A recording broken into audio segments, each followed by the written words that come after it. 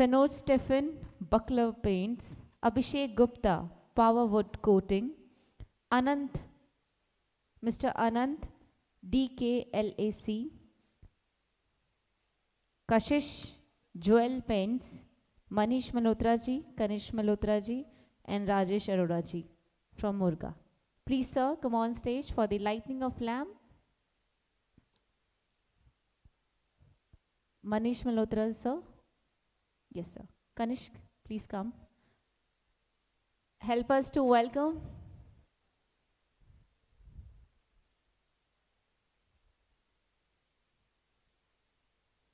It's time to seek blessings from Almighty. और दीप प्रज्वलन के साथ एक बार फिर से एक खूबसूरत सा आगाज.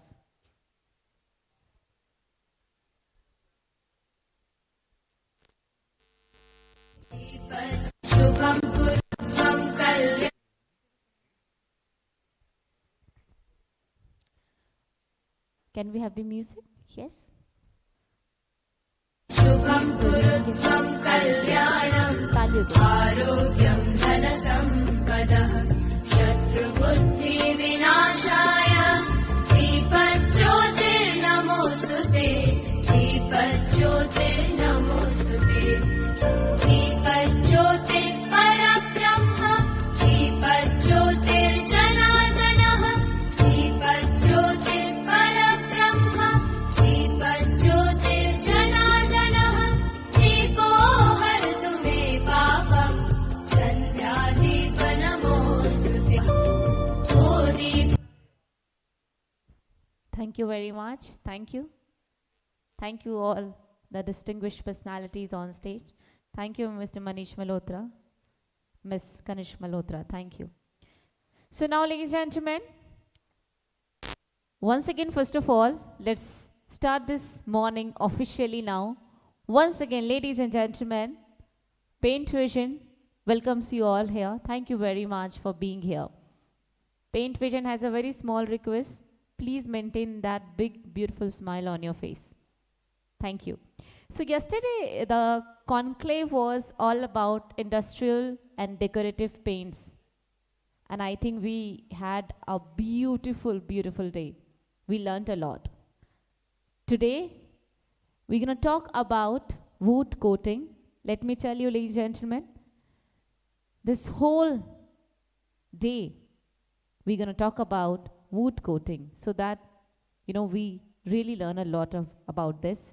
So once again, ladies and gentlemen, Exada presents before you the Paintvision Conclave and Awards Exhibition 2023.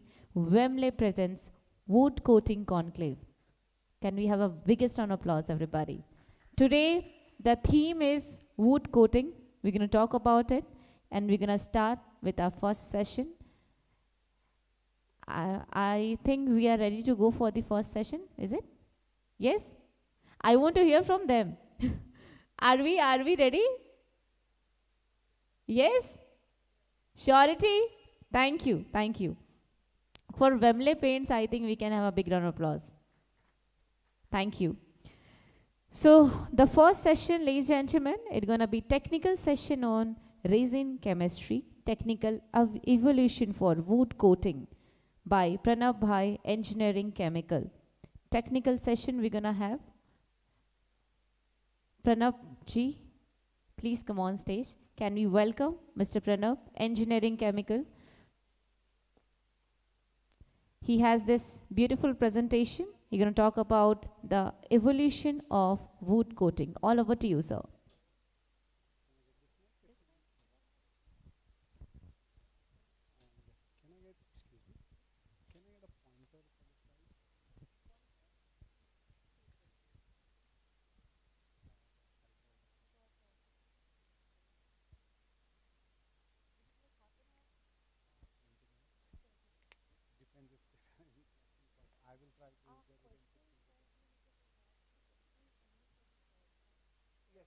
That's what I will try. Yes. No, I can completely. I think that's okay. I'll excuse me.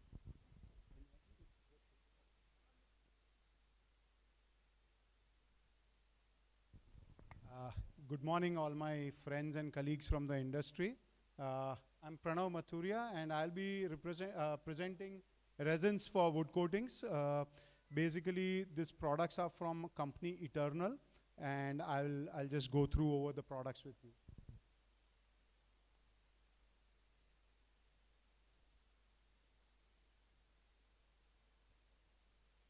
So, Eternal is a Taiwan-based company established in 1964. They are a leading synthetic resin manufacturer with 24 manufacturing sites across Asia, a sales revenue of more than 12,000 crores, 4,600 employees worldwide, exports to more than 40 countries. And most importantly, their products have been approved by global MNCs like PPG Paints, Exalta, Valspar, Asian, Berger, and many more. Just to put it, the reason to put these names is that just to show that the leading companies in the world are using these products basically. So let's go over an overview of what the wood coatings market in India is. Indian paint industry is estimated at around 70,000 crores. And a decade ago, wood coatings were only 2% of the revenue. Today, wood coatings are a good close to 20% of the paint industry revenues. So wood coatings have come a long way in the Indian market. And as everybody would know, nitrocellulose and melamines, they are the highest volume chemistries. But the highest growing today is the 2K polyurethane, water-based acrylics, and polyurethanes. This is where the growth is. So what are the different applications of wood coatings, and what are the predominant finishes that are used in wood coatings? So floor coating is one of the applications. Kitchen cabinet is another application. And furniture is the next. These are the three biggest applications where wood coatings are used.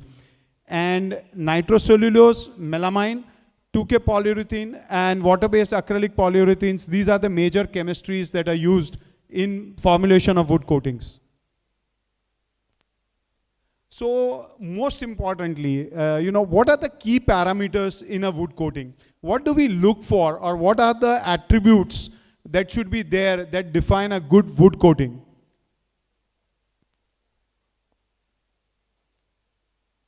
So clarity and DOI. DOI is distinctness of image. So what it means is that when a wood coating is applied, the wood beneath and all the grains of the wood should be clearly be visible.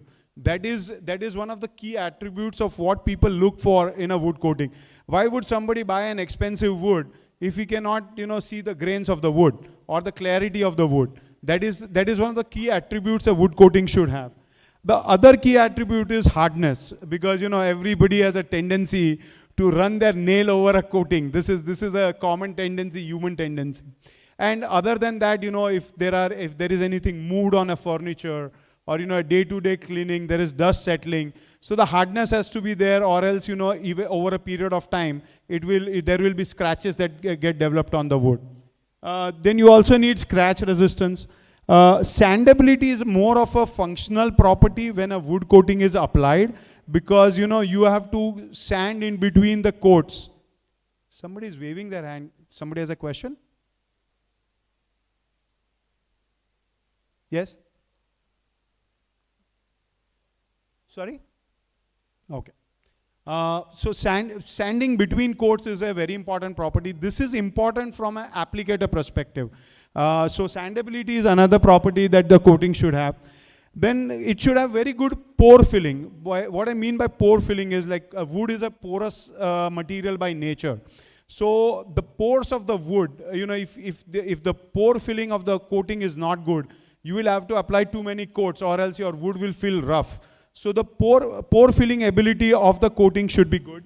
Obviously the chemical resistance, because you will have different people will use it on a dining table, or on a chair or something. There will be some spills. So like good ketchup resistance, good day-to-day oil resistance, because these are the things that are going to spill on it.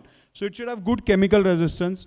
If you are using it for exterior purposes, then it should have good exterior durability. And last but not the least, it should have good water resistance. So these are the key parameters that everybody looks for in a wood coating. So how can we, be as a company, be helpful to the formulators to achieve these properties? So, I will go over the different resin chemistries that are available from Eternal. So the first chemistry, and the reason why I start with water-based is this is the fastest growing segment. As we all know, the whole world is trying to go green, move away from solvents. In India, this is still at a very, very nascent stage because we still don't have regulations regarding usage of solvent. But again, if we look towards the future, then this is where the future is headed. So, what are the features that you get out of a water-based coating?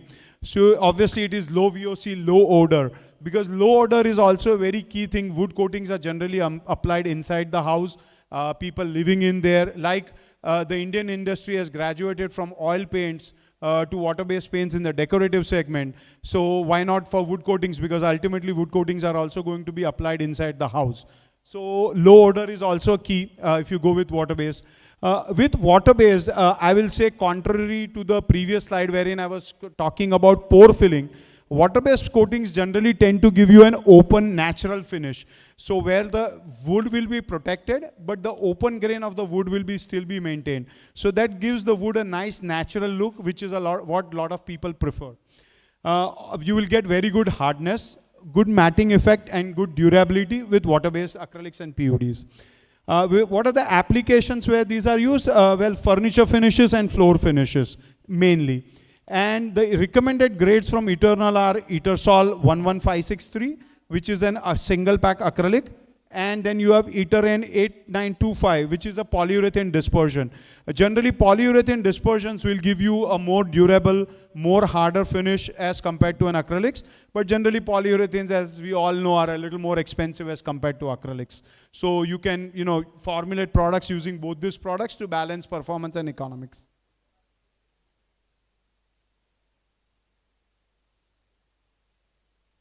Then you have the alkyd polyols. Like we all in India talk about Italian finishes or Scandinavian finishes. So generally what are they? Why are they so revered? So these products are mainly formulated using alkyd polyols. Why alkyd polyols? Generally people have a thought process that alkyds are comparatively inferior compared to an acrylic or a polyester. But on furniture, first thing on wood, the warmth that alkyd gives or oil gives, no other finish is able to give that. And that is the reason why, in European countries, alkyd polyols are more preferred as compared to other polyols. So what are the features that alkyd polyols give? They give you good pore filling, warm look, and good sandability. Again, these are popular in European finishes. Applications are mainly for furniture finishes. And we have recommended grades are our Etekit 3755x80, 3901x70 and 31046x70. See, all these polyols are based on fatty acid, soya and soy alkyd, and we have a special product 3901 which is based out of plum oil, and this gives you very good exterior durability.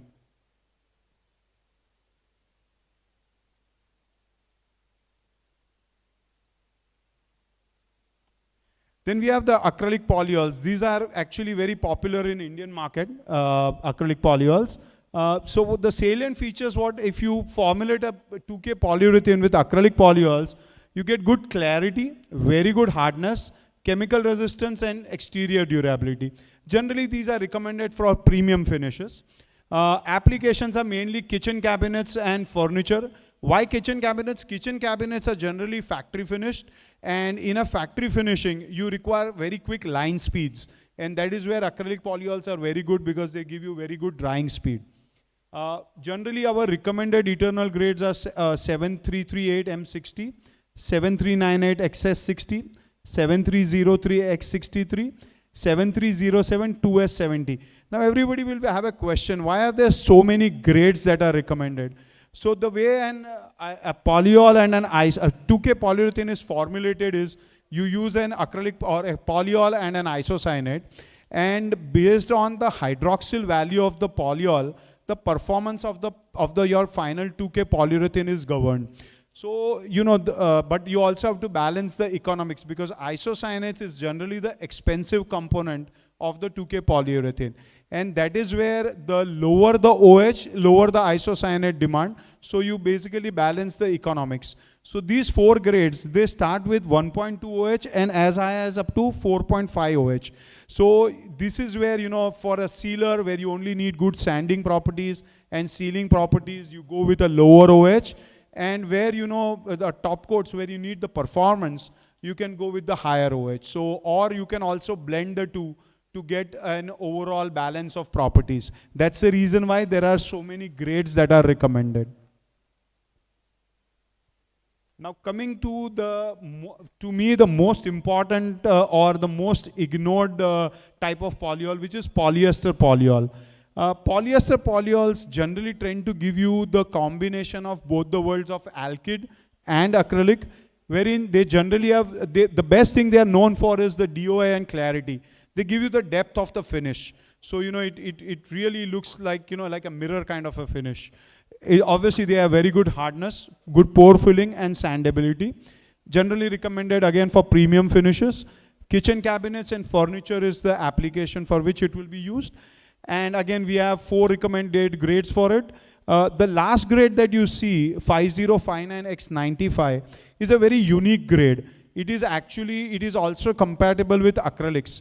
So you can, combine this with an acrylic to get very good depth of finish and still have the good properties of acrylic of high hardness and good durability. So this is a 5059 is more of a modifier. It's a pretty unique resin. Generally, polyesters and acrylics are not compatible, but this has very good compatibility with acrylics.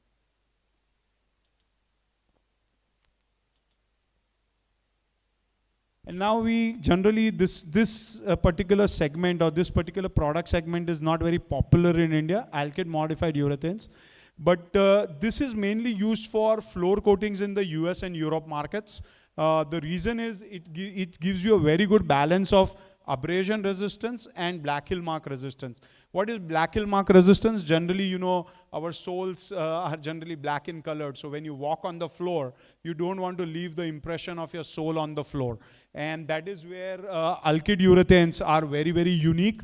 And if any one of you follow sport and if you follow the National Basketball Association, NBA League of US, most of the floors of NBA US are coated with alkyd modified urethanes. So if any of you are looking at exports or planning to get into wood floor coatings, then this would be a very good choice of product to go with. So generally they give you, and the advantage is it is single pack, there is no mixing involved. You just open the can and start applying it. They have good abrasion resistance, hardness and black hill mark resistance. And you can also formulate premium enamels using this 1K polyurethane. And recommended grade is Itakit 3182M50.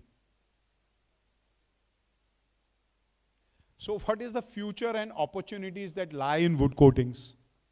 Wood coatings market in India is projected to grow at a CAGR of 12 to 15% till 2030. Opportunities to export to Europe and America. This is one thing I think everyone should try and look at, because the way currently Europe is positioned, they are not cost competitive. And I believe most technologies that are required to manufacture or to compete in those markets, all resin technologies are available in India. There is no reason why Indian companies cannot formulate products of those standards and export it out of India. In fact, I think this is the best time India is placed to export out of India to these countries. 2K polyurethanes, again, coatings to grow at the highest pace. While, as I said, nitrocellulose and melamines are still predominantly used in India, but the pace at which 2K PU is growing, it will grow at a very fast rate. That's where the future is. Again, water-based wood coatings is highly underpenetrated. This is also, if I were a wood coating formulator, I would definitely have this product in my portfolio and be ready for the future. And as everybody knows, global brands like IKEA are in India now, and they will do a lot of local sourcing to manufacture their products. So this is another opportunity. IKEA is just an example. A lot of global brands are now present in India. And you can also work on co-branding with some of these partners, which can help you, give you good visibility. So who are we? We are engineering and chemical. We are a distribution company based out of Mumbai.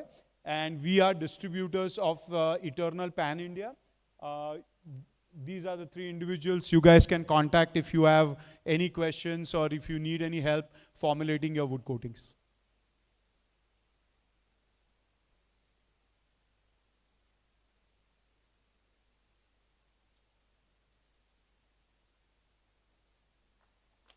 Any question and answers, I'll be happy to answer, but I think we are running short on time. We have a booth right behind here, and I'll be available at that booth. Anyone, if they have any questions, I'll be more than happy.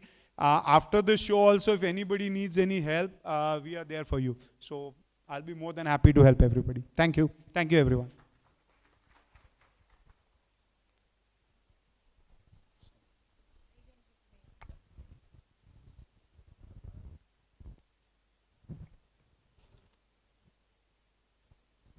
First of all, thank you very much, sir, for this very interesting and insightful presentation. Once again, ladies and gentlemen, Wembley presents before you. Okay, so ek bar, sir, please, once again, please come on stage, first of all. And I want to request Mr. Ramesh Bhai Patil, Eco Paint, sir. यहाँ पर sir please come on and I want to request Abhishek Gupta powder wood coating sir please come on stage please help us to say thanks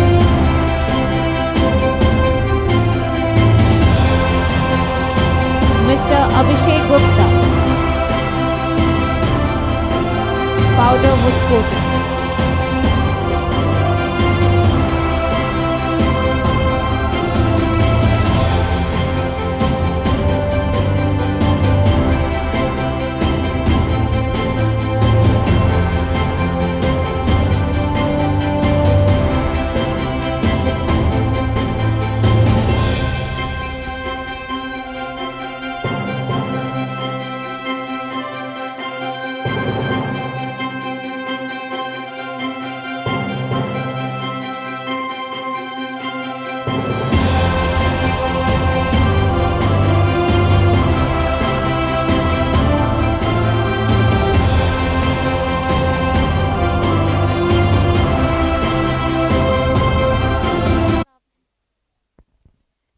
Thank you very much. So ladies and gentlemen, here we're going to have our next session. And of course, this new generation which is full of technology. So even someone is not present here physically, they can connect, right? So I just want to request you one thing. Whenever we're going to connect with this gentleman, with the technology, with the help of the technology, you have to make that person feel that Delhi has a huge heart and Delhi is here to welcome them. All right? So ये तालियों की गूंज उनके Zoom call तक जानी चाहिए. क्या हम ये कर सकते हैं? हाँ? Sure? Okay. So, ladies and gentlemen, here we have our next session. Multifunction despairing additives for wood coating. And we have our speaker, Pairat Pipatji, Senior Technical Manager, APAC and AMP MEAI. And also we're gonna have in one go, we're gonna have our second speaker, Vikas Jha, Sales Manager, India. So here we have our two speakers in one row, and we're gonna connect with them through Zoom call, through the technology. But I just have a small request. Please make them feel that Delhi has a very huge heart and we are welcoming them with so much of love and blessings. All right? All right, everybody? So once again, ladies and gentlemen, I want to say a big thanks to Wembley Paints for this beautiful concept of this day. That's Wembley presents before you Paintvision Wood Coating Conclave 2023. And here we're going to proceed for our next session through Zoom call. And Mr. Pyrath and Mr. Vikas Jha are two speakers gonna connect through technology, through Zoom. And they're gonna talk about multifunction despairing additives for wood coating. I believe as we all belong to the paint industry, wood coating is a very, very important topic for all of us, isn't it?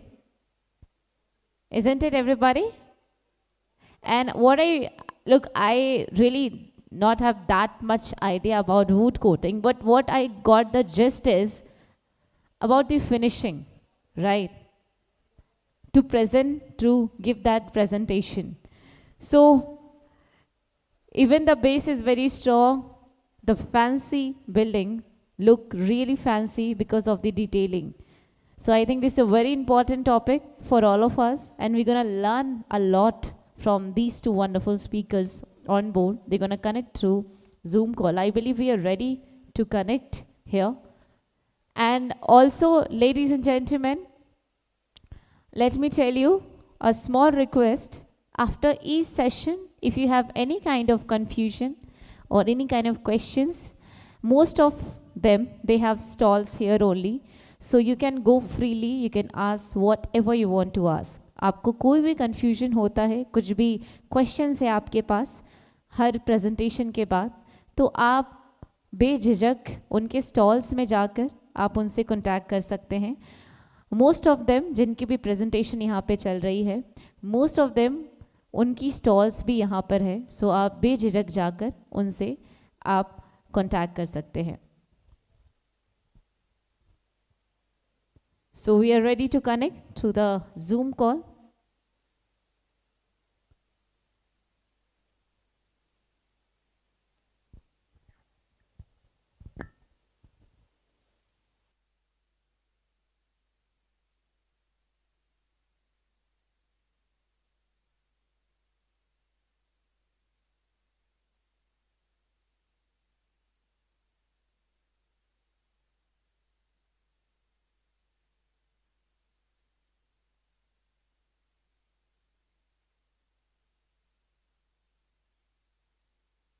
Okay, so I just got to know that before we're gonna connect to our next session, we have some sponsors, our very supportive sponsors. First of all, हमारे सारे sponsors के लिए एक बार जोरदार तालियां होनी चाहिए. Thank you for supporting Paintvision, and we have some messages from them for all of you. Thank you.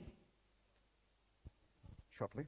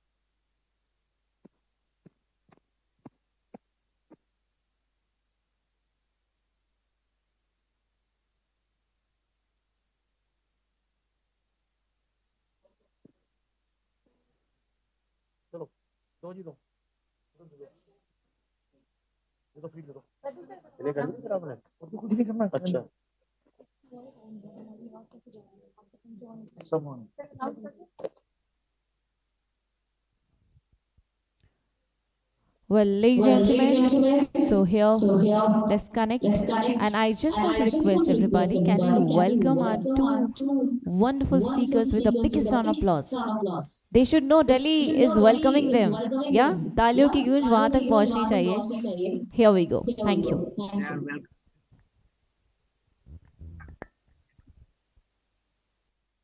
Start the presentation, sir. Mr. Pirate, start the presentation, please.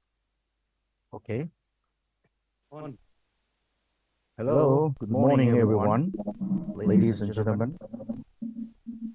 My name is Parati Patanapun. I am the Technical Manager for Southeast Asia, India, Middle East, and Africa, plus Oceania and Japan for the region. My responsibility is covering the technical support and sales service for the additive and also metal carboxylate for the coating industry and other industrial applications. So today I'm very pleased to present a concept of multifunctional dispersion, especially for wood coating and wood finishes for the audience today.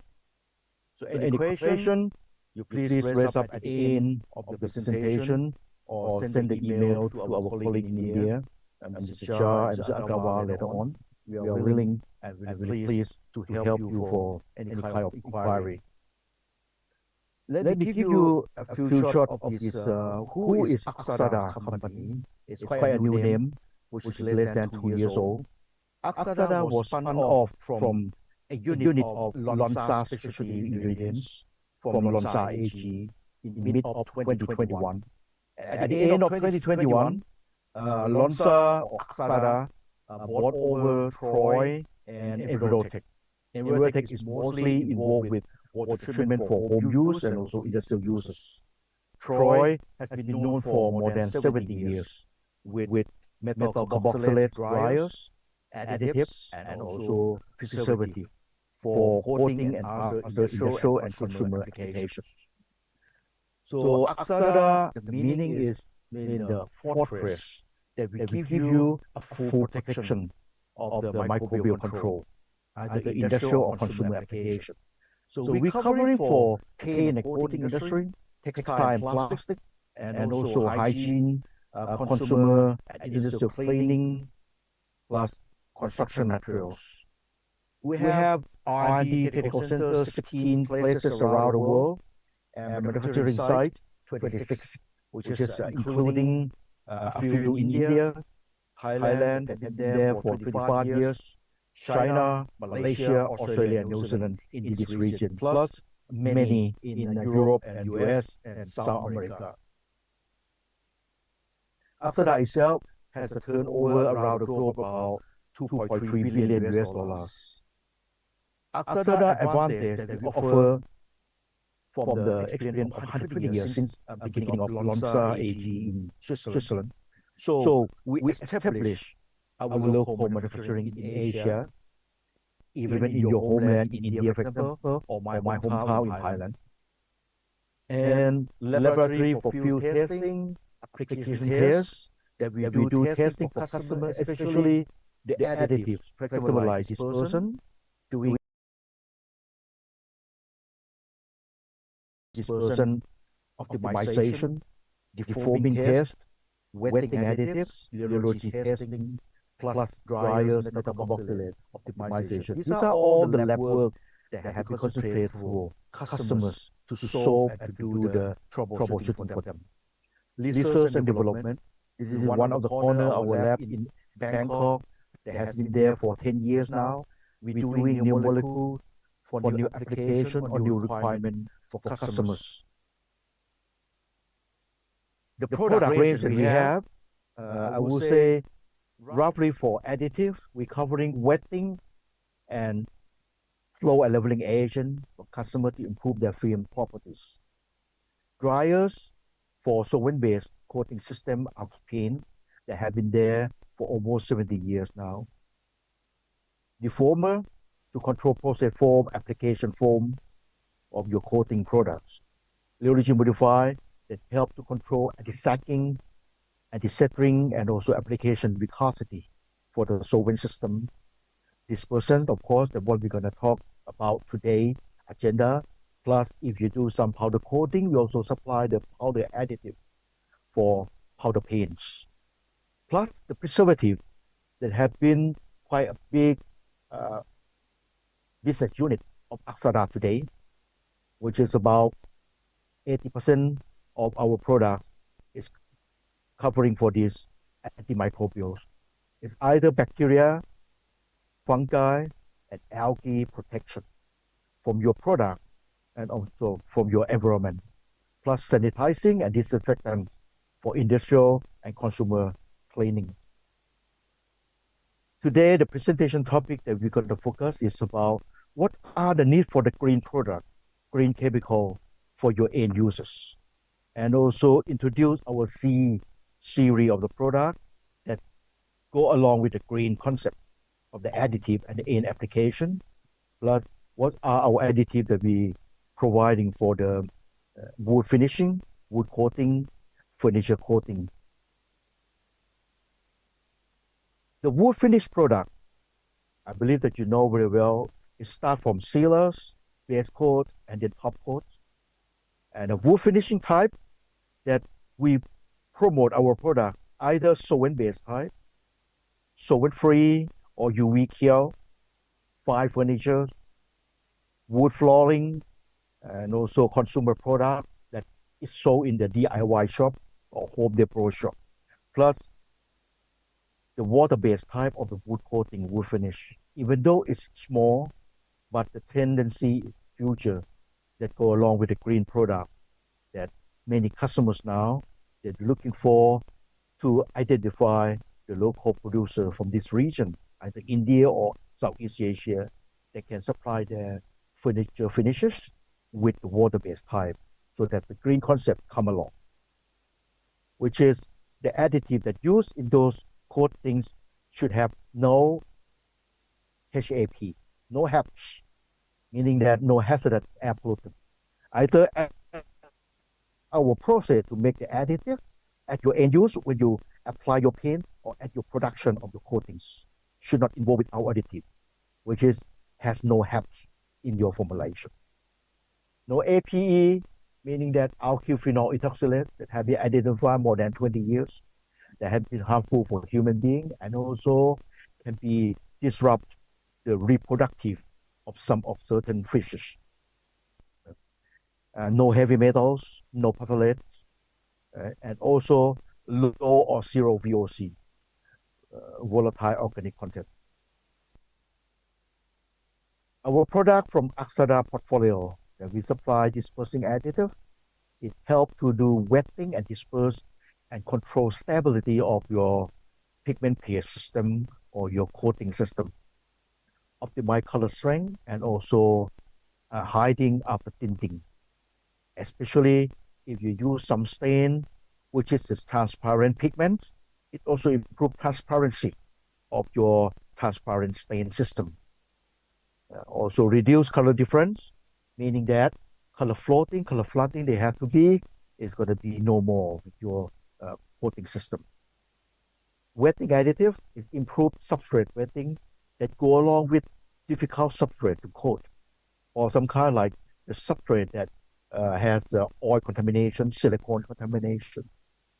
Especially for wood, we have tannin that it has lots of oil on the surface that can be interfere for adhesion. So it's improved adhesion by substrate wetting concept. Improve the flow leveling that you get smoothness, gloss, color development, or your glossing system. Also, some of the product that we provide the surface slip so that you can get block resistant, stain resistant, or stacking resistant. And of course, it helps to go along with those dispersing concept that the wetting additive also help you to reduce color difference. So anti-floating, anti-flooding that we're talking about. Air releasing system or deformer, it helps to control the air entrainment during manufacturing of your paint. Also eliminate kill the air bubble during the application. Of course, you make the surface smooth and you get gloss as what you wish. Rheology additive help to control anti-sacking, anti-shattering, especially if you use foam silica as matting agent in your system. Also improve the application viscosity, low shear and high shear concept. When you deal with dispersing additive, it's difficult for customers, I would say any customer, to change from existing dispersion to any kind of new candidate dispersion, because it's involved with many trial and error for pigment dispersion optimization. Plus the concept that you can compatible with the color tinting system to get the base color strength, right? So Axada Lab, we provide this service for you. So we can do the optimization based on your standard formulation, based on your existing additive that you use, for example, the dispersion versus our dispersion. And we also show you how to improve product quality, performance evaluation, plus some certain formulation, we also get lower cost in use, right? So that how to develop this new concept of this pigment dispersion optimization, that you get low waste viscosity with certain amount of this dispersion on the pigment weight. And then when you get this optimized of the lowest viscosity or the low viscosity pigment pairs, you thin into the white pairs, select the formulation that you get or achieve the best color strength. That's how we do this optimization. And this kind of formulation can be involved like 20 to 30 different formulations that you may work with. Think about you have only 1 or 2 chemists in your lab and you have so many things to do. Please consider let us to be your leg arm to do this kind of lab service and help you to speed up this kind of dispersing pigment dispersion demand. The product that we have for dispersion start with Toyspurt 90AC, which is a fatty amine. It's good for the solvent-based system, for carbon black and organic pigment, and also some of the transparency iron oxide pigment as well. CD1 is polymerized oil derivative. It's good for the stabilization of this grinding of alky paint. Plus, when you do implant tinting for pigment pairs with TiO2 or extenders or inorganic iron oxide pigment, that CD1 is a good option as a cost in use, right? Low cost in use for them. Plus SD8, which is a twin of CD1, but SD8 is derived from some raw material of the renewable resources, which is palm oil. So it's also used in the inorganic and also TiO2 pigment. Coming to the water-based system, we have ZWD1, and you see Z concept, which is zero VOC, no AP, no HAPs.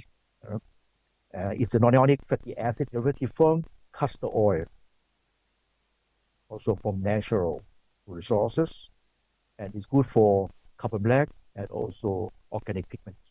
90W is an anionic amine dispersion, but mainly we promote as an excellent wetting additive for your aqueous color concentrate for that. So you may use 90W together with ZW1 in the formulation for aqueous-based pigment paste for that, or universal tinter. This is the selection type of the system, either non-aqueous, UV, or the aqueous system, with different kinds of pigment that you may select, and also which dispersant that you select for them. Just to make sure that when you use for solvent-based system or the UV kill, CD1, SD8 for the inorganic pigment, 90SC for carbon black and organic pigment. For aqueous water-based, mainly ZWD1, and also you can use 90W as a wetting for the excellent property for them. Let's talk about this percent that we have in details a little bit, and also including performance evaluation. 90SC, as I said before, is a fatty amine derivative. So it's good for the hard to disperse pigments, such as the high surface area copper black. For example, like Larvin 5000 from Berla, FW200 for the from the Gusa Orion today, and you have Monash 1300, 1400 from Cabot. So these are really hard to disperse copper black that has really high surface area, really fine particle size, high jetness type. Also like organic pigment, for example, phthalo blue, phthalo green, and violet. Even like transparent outside pigment for non-aqueous system. So it's very good for the allow you to the high pigment loading, right? Also faster dry time, control your color development, color consistency over storage, and also give you a low cost effectiveness. This example like copper black, you can run 90AC with the optimization from 20% up to about 45% on pigment weight. Organic will be around 10 to 20% on pigment weight. All right. If you fall into oxide or TiO2, I would ask you to consider CD1 or SD8, which is polymeric oil. But we just give you a study with the Orion FW200 copper black. All right. This is very high jetness, high surface area type copper black. We do 12% pigment loading in the medium oil alkyd. And this percent that customer using as an incumbent today is high molecular weight, carboxylate type block copolymer. So they use about 30% on pigment weight, and 90AC use only about 30% on pigment weight. Both of them are different chemistry. All right. Fatty amine derivative with 90AC, roughly about 95% and more for this active. Right? Competitive high molecular weight. This is a block copolymer type, which has about 40% of the active. So after run with this pigment dispersion demand optimization, we came up with 50% faster dry time. If you need to reach Heckman number 7 with 90AC, you only run about 45 minutes. Compared to high molecular weight type, you have to run up to about 90 minutes. You improve color development. It's a carbon black, so consider the lowest L value. And also after 2 weeks, 50 Celsius, we take out the store sample after stability test and run with this color development test again. This also shows you very narrow gaps of this delta L, and still in a good stability of the L value. Transfer CD1, this is the modified polymerized oil, come from polyalkyd polyester type of the resin. It's really high active liquid, more than 70% of the active in their product. It gives you very good wetting and dispersing properties. The solvent of the dispersant itself is mineral spirits. So if you have to disperse TiO2 or iron oxide pigment, you only use about 2 to 5% for iron oxide, and TiO2 is about, I would say, 1 to 2% on pigment weight only. We try in the lab study how to optimization CD1 in the long oil alkyd resin with the 65% TiO2 loading. All right, so it's mineral spirit, long oil alkyd resin, and TiO2. And from the optimization, that we slowly increase the dispersion, and we found out that CD1 of 1.5% on total formulation. It gives you a lowest viscosity. And then we run with this formulation, stabilize it, and then check with the L value. It gives you the highest L value for the white TiO2 pigment paste. Another test that we do run study, we check with Beferox 920 pigment yellow oxide, 46% loading. The current formulation as an incumbent, customer has to use 2 products to this person, and they really use that in their real formulation for 2 type of the high molecular weight carboxylate type of the dispersion. It used 17%, 17, 70% of the dispersion on the pigment weight. CD1 is only 2% on the pigment weight. All right. So that, let's see, after pigment dispersion demand, how do you derive with this performance? You can get faster dry time than the competition, and also similar color development. But remember, you use CD1 only 2% on Beferox yellow pigment. The current incumbent dispersion, you have to use 2 dispersion, and the dosage is around 17% on pigment weight. CD1 also help in terms of synergesis, control the oil floating from your formulation. This is a short oil alkyd melamine baked finish after storage at room temperature, and then you check with the oil floating on the surface. With CD1, it's nothing there.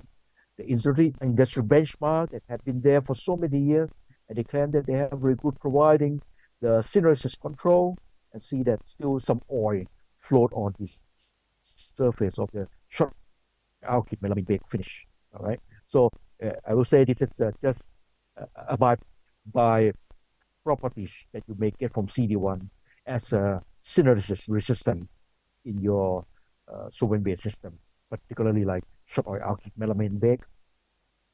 SDA, as I said earlier, is a twin of CD1, high active content of the polymerized oil, which is derived from polyester polyalkyd polymers.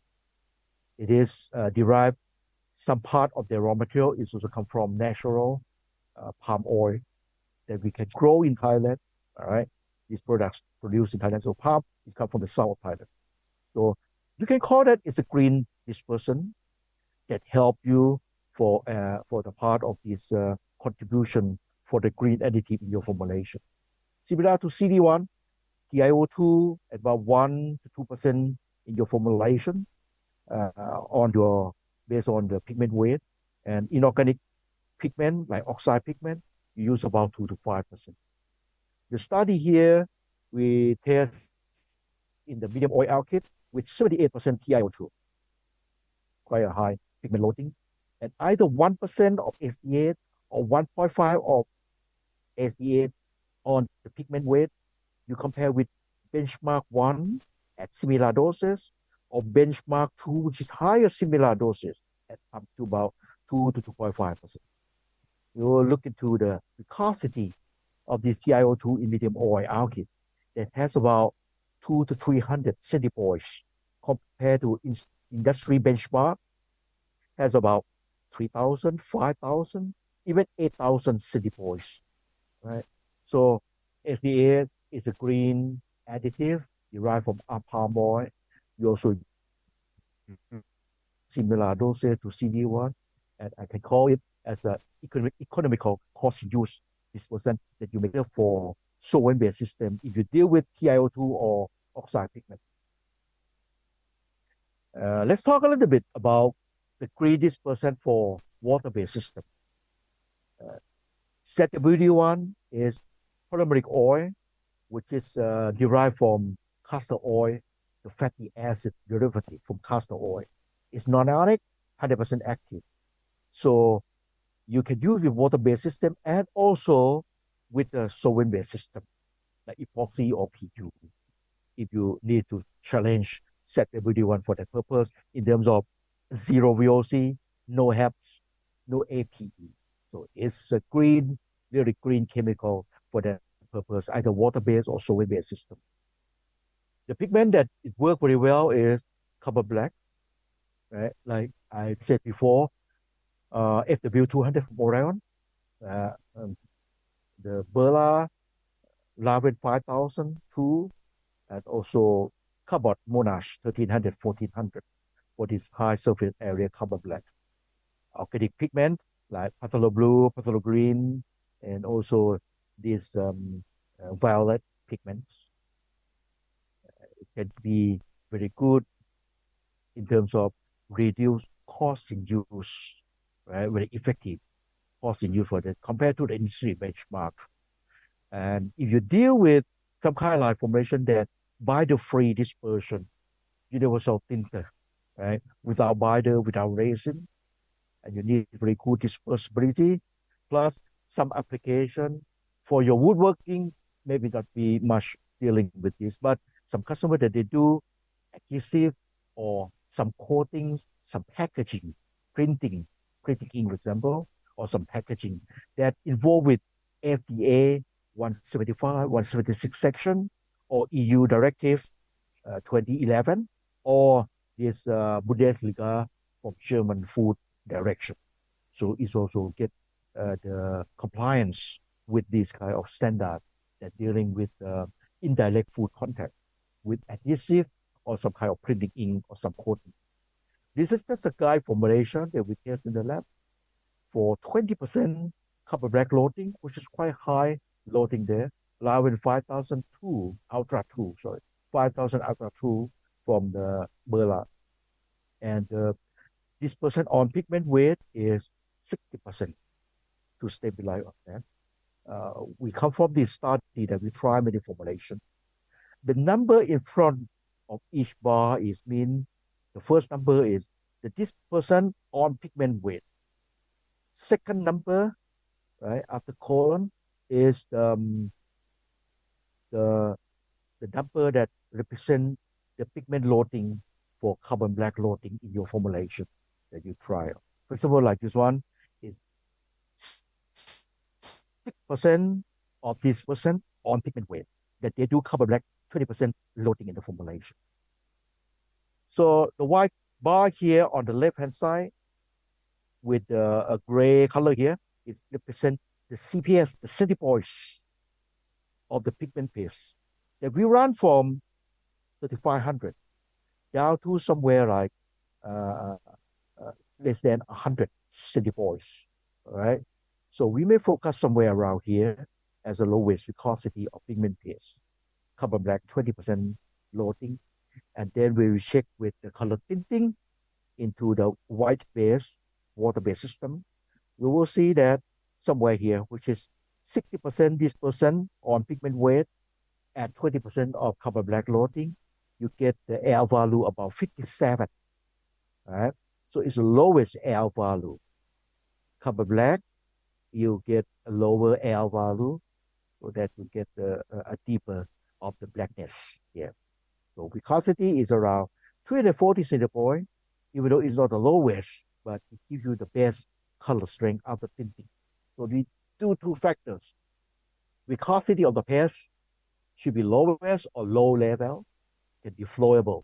Second one, you get the highest color strength after tinting. Why you need to get the lowest viscosity or the flowable viscosity? Because at the flowable viscosity of pigment paste, you can be able to load more pigment loading into your formulation. That's the object of the lowest viscosity of pigment paste that you need to calculate. Other than that, we also do the benchmark with the incumbent industry benchmark there. ZWD1 in the universal tinter without resin, right? The binder-free formulation. Either the formulation that contains red oxide pigment, organic red, the copper black, the Larvin Ultra 5000 that I mentioned, also Patholo Green, Patholo Blue. The dark red bar here is represent Troisper's ZWD1. It is the universal tinter formulation. When you compare with the incumbent industry benchmark with the light red here bar, right?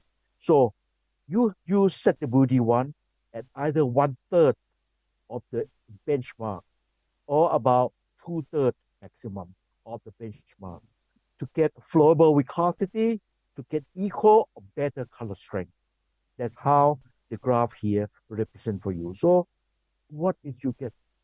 What is in you? It's mean you get more on this low cost use in your formulation. So summary of the dispersant that we have, when you have solvent-based system, non-aqueous, right, including UV, you have 90SC for the hard to disperse pigment, which is like copper black, high surface area, for example, like the Berla Larvin 5000 Ultra. organic pigment, color blue, color green, or violet. You use CD1 or SD8 in case that you need to disperse TiO2 or inorganic pigment, and also the grind for the alkyd paint. SD8 is the green chemistry for CD1, which is derived some raw material from palm oils. You can use CD1 or SD8 together with AFP to control the anti-float, anti-flooding in your formulation for solvent-based system, particularly when you do alkyd paint and do your implant tinting. ZW1 is 100% active from castor oil, fatty acid derivative. You can use in aqueous system, and also consider to use in epoxy or PU system or TPA acrylic in your solvent-based system as well. And use 90W as a wetting for aqueous system, right? It's a mechanism of the dispersion and wetting when you do pigment dispersion. The last topic is about color float and color flooding. AFP, the meaning is anti-float powders. Anti-float powder have been there for more than 40 years with Aksada, or formerly it's a Legacy Troy Corporation. You use in the grind of your solvent-based product, for example, like acrylic or TPA or styrene acrylic system. You add with the optimization from 0.2 up to 0.6 on total formulation weight to control color tinting, color flooding, right? It's suitable for alkyd, acrylic, PU, or epoxy system. This is an example, the system for alkyd paint, that they thin white-based alkyd paint with Patholo Blue color tinter. And after tinting, you see color flow through and then pouring on your tinting. They add, as a add AFP into this paint system, keep on continue to stir the paint, and then at this dosage with optimization, it's dissolve this problem with the color flow problem. So if you need to make sure that your paint after tinting, it doesn't have with this color float and color flooding because of too much surface tension in the system, too low for thixotropy, coarser for pigment or fillers that you change your raw material of this pigment and fillers extenders. The particle size become coarser. The application of the paint become thicker layers, and evaporation rate of the solvent is too fast. So these are the factors that involved with the color float, color flood problem. All right.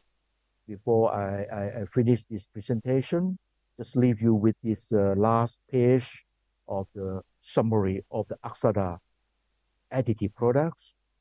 The wetting additive that helps you control substrate wetting, flow leveling, you get good glow, color development, color acceptance, prevent color float and color flooding. Some of the product provide you for surface slip, mask, abrasion resistant, blocking resistant. Dispersing agent help you to control wetting dispersion, color development, color acceptance, and also stability in the long term of the storage. Plus, try to get away from color flooding, color floating. The foaming additive help you to control process foam, application foam, plus maintain or improve your gloss. Last, Illusion Modify that provide the properties, control application viscosity, low shear and high shear at the application, low shear at the storage stability or transportation. Provide anti-settling for particularly like the matting agent, foam silica in your matte coating products. Control anti-sacking for some product that you apply on the wall level. Provide thixotropy for your paint, and of course, improve your stability of the product that you have, pigment, especially metallic pigments and silica pigment in your formulation for the long-term stability. And last sheet, if you need to get daily life safer, cleaner, healthier, and greener, think about Aksada products for preservatives, dryers, and also additives that I mentioned today. Either the website aksada.com or troycorp.com. But please register your username and your own password. After 1 or 2 days, the webmaster will come back to you with the approval of this usage of your username and password. Then you can access those data sheet, MSDS, product data sheet, and the brochure, plus the video that we give you some video as a training guide in the website. Any question before I close my presentation, sir?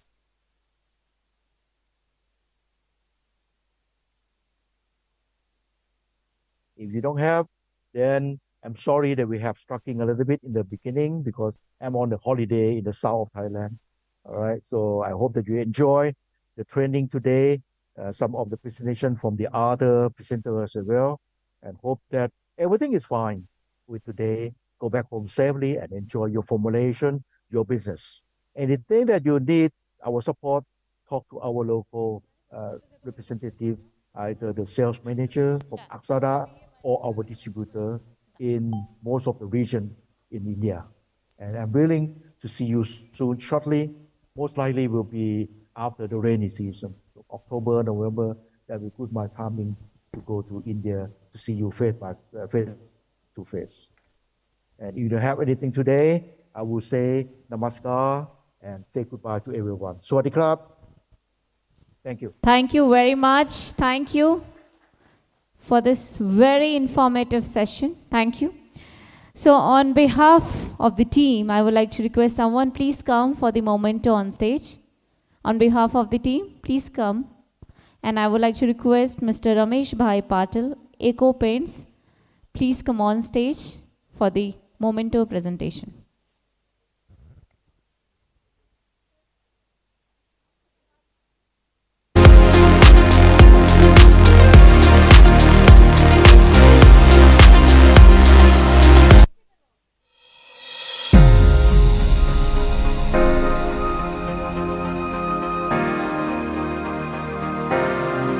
Please help us to welcome Mr.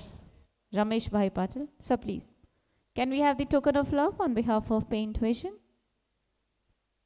Once again, ladies and gentlemen, Exada presents before you and co-presented by Wembley Paints, Paintvision Wood Coating Conclave 2023. Presents before you is token of love to the entire team. Thank you very much.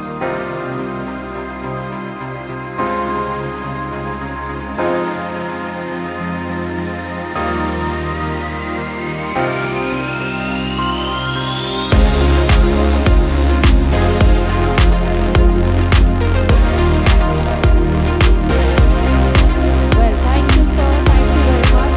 So now proceeding towards the next session, I would like to request Dr. Guru Raj Specialty Chemicals. Sir, please come on stage for the topic technical session on matte wood finishes, importance of flattening agent. Dr. Guru Raj.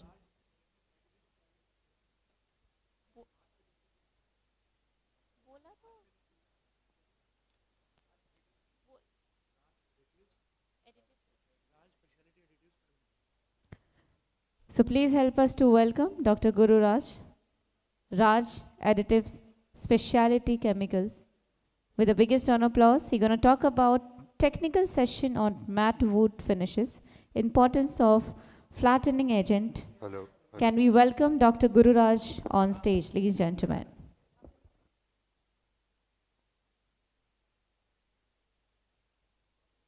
I was expecting little more clappings. Please help me to welcome Dr. Guru Raj on stage. Thank you.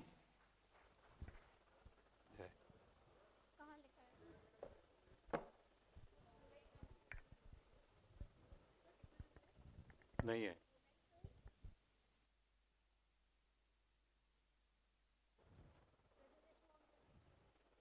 ये ना forward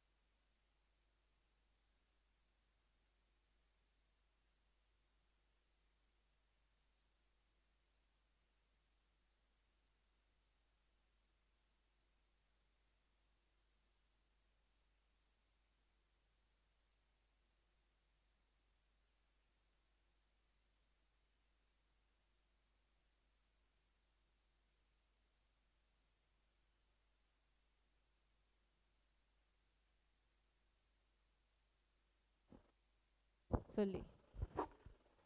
So, ladies Hello. and gentlemen, Dr. Guru Raj from Raj Specialty Additives Private Limited on board. Everybody, please help us to welcome him.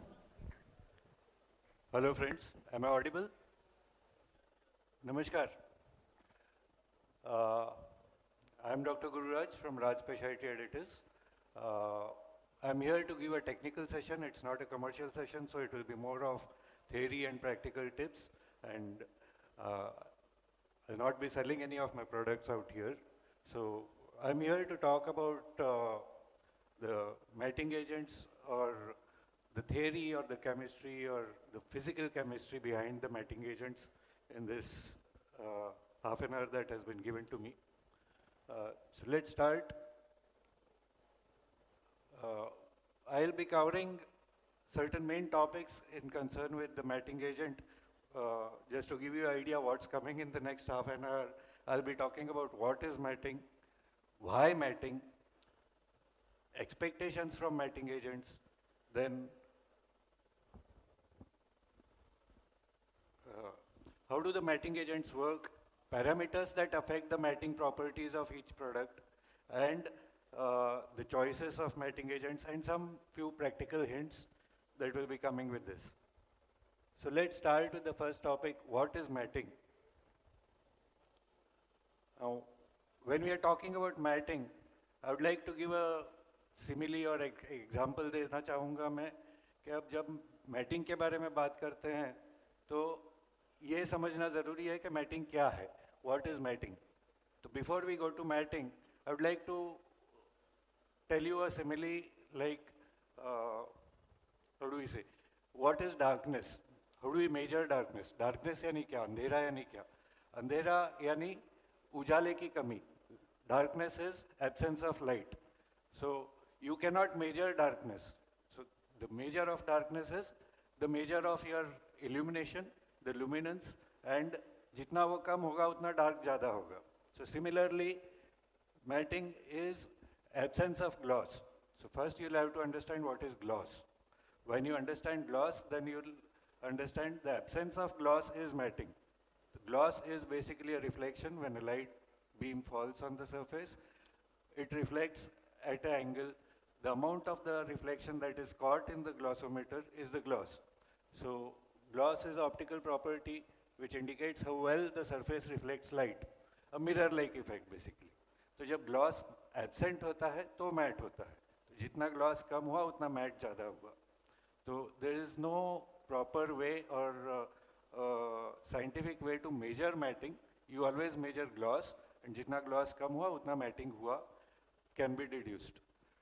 So now that we have understood what is matting, why matting? Here I would like to ask you, we are all paint manufacturers, we are all technical people, we are all intelligent people. Yeah, before that, this is a diagrammatic representation of how gloss comes. There's a reflection of light that's happening. All the four beams are getting reflected. When you use a matting agent, they are not being reflected, and this produces the matting effect.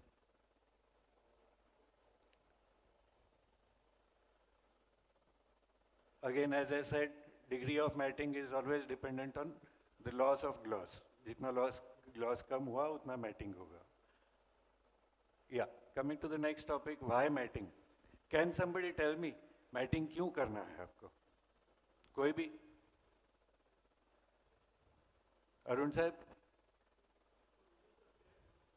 To reduce the glare, yes, that's a functional use.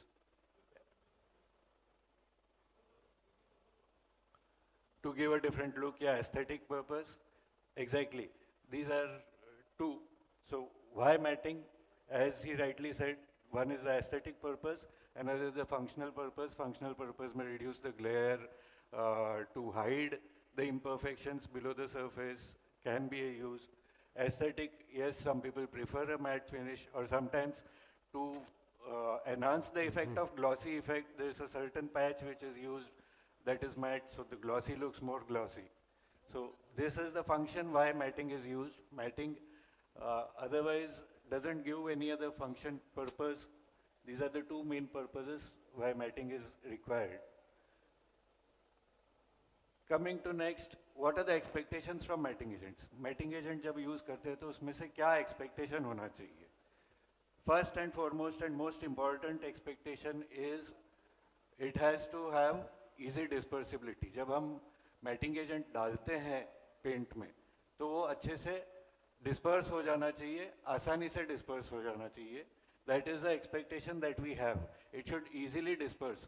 अगर आपको बहुत ज़्यादा मेहनत करनी पड़ेगी कि to add the matting agent in your system, then that's not preferred. Who wants to do मेहनत? सब आलसी लोग हैं यहाँ पर. तो आसानी से घुल जाना चाहिए. That's the main requirement. The second requirement is good suspension stability. जब मैं suspension stability बोल रहा हूँ, तो suspension stability basically is what? It is consisting of two parts. First, आपने disperse तो कर दिया dispersing से, but वो कितनी देर तक disperse रहता है? The stability of that dispersion is an important factor. तो matting agent जब select करते हैं तो ऐसा select कीजिए जो ज़्यादा देर तक stable रहे. Of course, settling तो होना ही है. There's, if anybody says that it will never settle, then you are defying law of gravity. It is going to settle sometime sooner or later. How late it settles down, it's better. The second aspect of stability is how easily it can be redispersed. How much energy it is required to redisperse the same matting agent that has settled down. So basically we don't want it to have hard settling. वो नीचे जम नहीं जाना चाहिए, नीचे बैठ जाए चलेगा, वापस थोड़ा shear मिल जाए. It has to come back in the system and function equally. So this is the second main requirement, good suspension stability. Third requirement is, अब हम सब business वाले हैं, जितना कम inventory रखेंगे उतना better है. तो matting agent जो हर एक system से compatible हो is always preferred. Yes, but this comes with another aspect, a commercial aspect only in this. When you're expecting compatibility with multiple systems, you have to see your volumes. If you have multiple high volumes of multiple systems, then sometimes it is more economical to buy a system-specific matting agent. Some matting agents work for only NC melamine, some are designed for PU, and highly compatible, which works in all the systems, will obviously work with all the systems, but they will be costing much higher. And a system-specific matting agent can give you some more advantages in performance as compared to multi-system matting agent. So, though it is a desired feature, compatibility with multiple systems, but it can be thought upon on case-to-case basis. You can use specific matting agents as well. Third is high matting power with low dose. Dosage कम होना चाहिए matting agent का. अब ये क्यों? Dosage कम क्यों होना चाहिए? इसके दो वजह हैं. एक तो आप ज़्यादा dosage डालोगे तो पैसा तो आपको ही देना है. It is going to add to the cost. So the lower the dose, the better. This is the commercial aspect, not very important. The more important aspect of it is when you are adding a higher dose of matting agent. If you need to use higher dose of matting agent, what happens is you are increasing the PVC. You are reducing the solvent. Higher dose will also translate into higher viscosity. So to maintain the flowability or the workability, you will have to increase the solvent and dilute it further. So the film properties, the hardness, the protective properties, you are compromising on as you go on increasing the dose. So a lower dose is always preferred technically and commercially, both the ways. Next is, this is again a desired feature or a mandatory feature sometimes, because when a client comes to you, it's not always that he desires a dead matte finish. He might say, I want a slightly less gloss, or he might have his own requirement as desired. So you should be able to adjust the matting by adjusting the dose. ऐसा matting agent आपको नहीं select करना है जिसमें you will get either this or that, or you should have the flexibility. Sometimes or majority times what everyone does is they make glossy paint, order 100 kilo का आ गया, matting agent चाहिए, उसको फिलाना, like he wants certain percentage of matte, he doesn't want dead matte, तो आप तुरंत उतना ही डाल के कर सकते हैं, but certain matting agents can't be used at end stage, they are not stir-in, so those products you will not have the flexibility of giving the desired result of matting. So selection of matting agent, that is also an important aspect or expectation के आपको desired level of matting आप दे पाए. Next important is it should not influence the rheological property. As I said earlier in description, rheology property अगर rheology बढ़ गया, उसका viscosity बढ़ गया, तो आपको उसको फिर workable करने के लिए dilute करना पड़ेगा. Your performance is going to suffer. So a matting agent should not affect the rheology properties significantly. थोड़ा बहुत हो जाए, can be adjusted, but it should not be a very significant change in rheology of the system, your whole paint.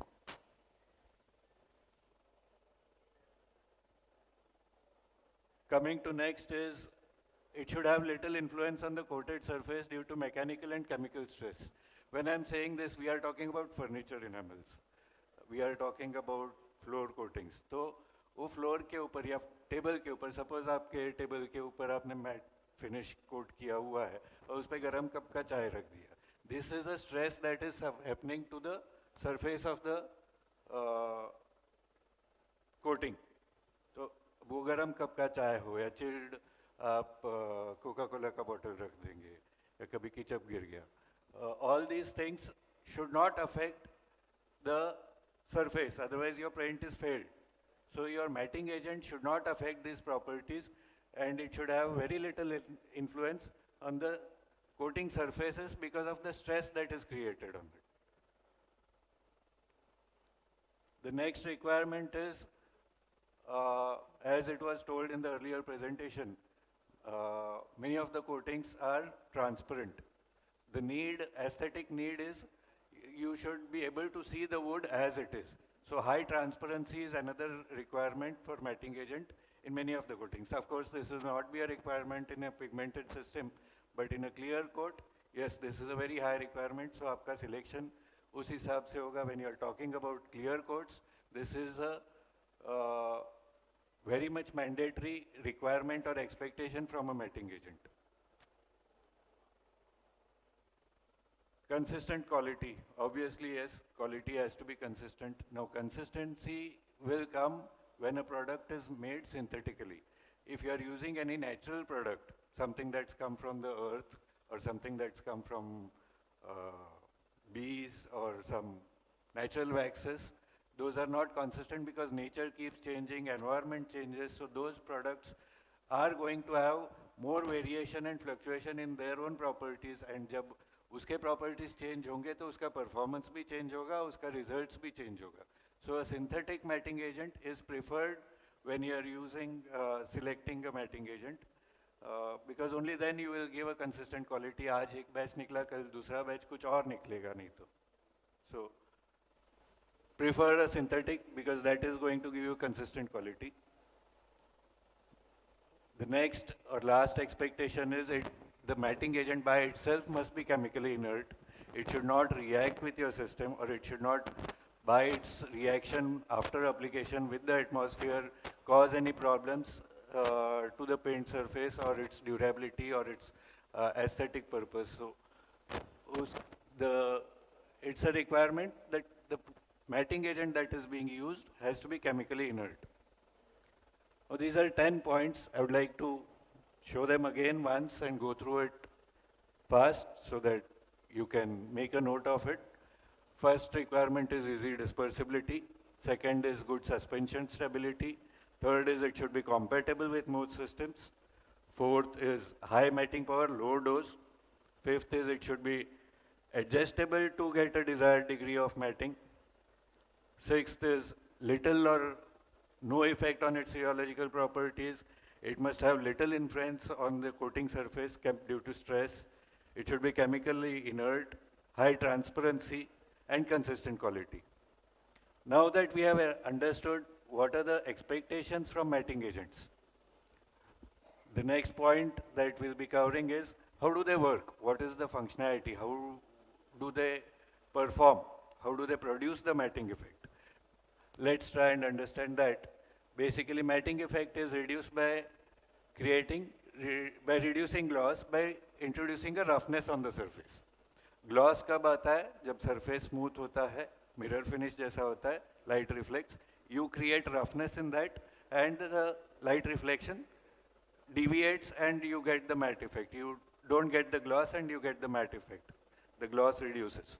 So basically, what you are trying to do is you are trying to create a rougher surface as compared to the earlier to create the matting effect.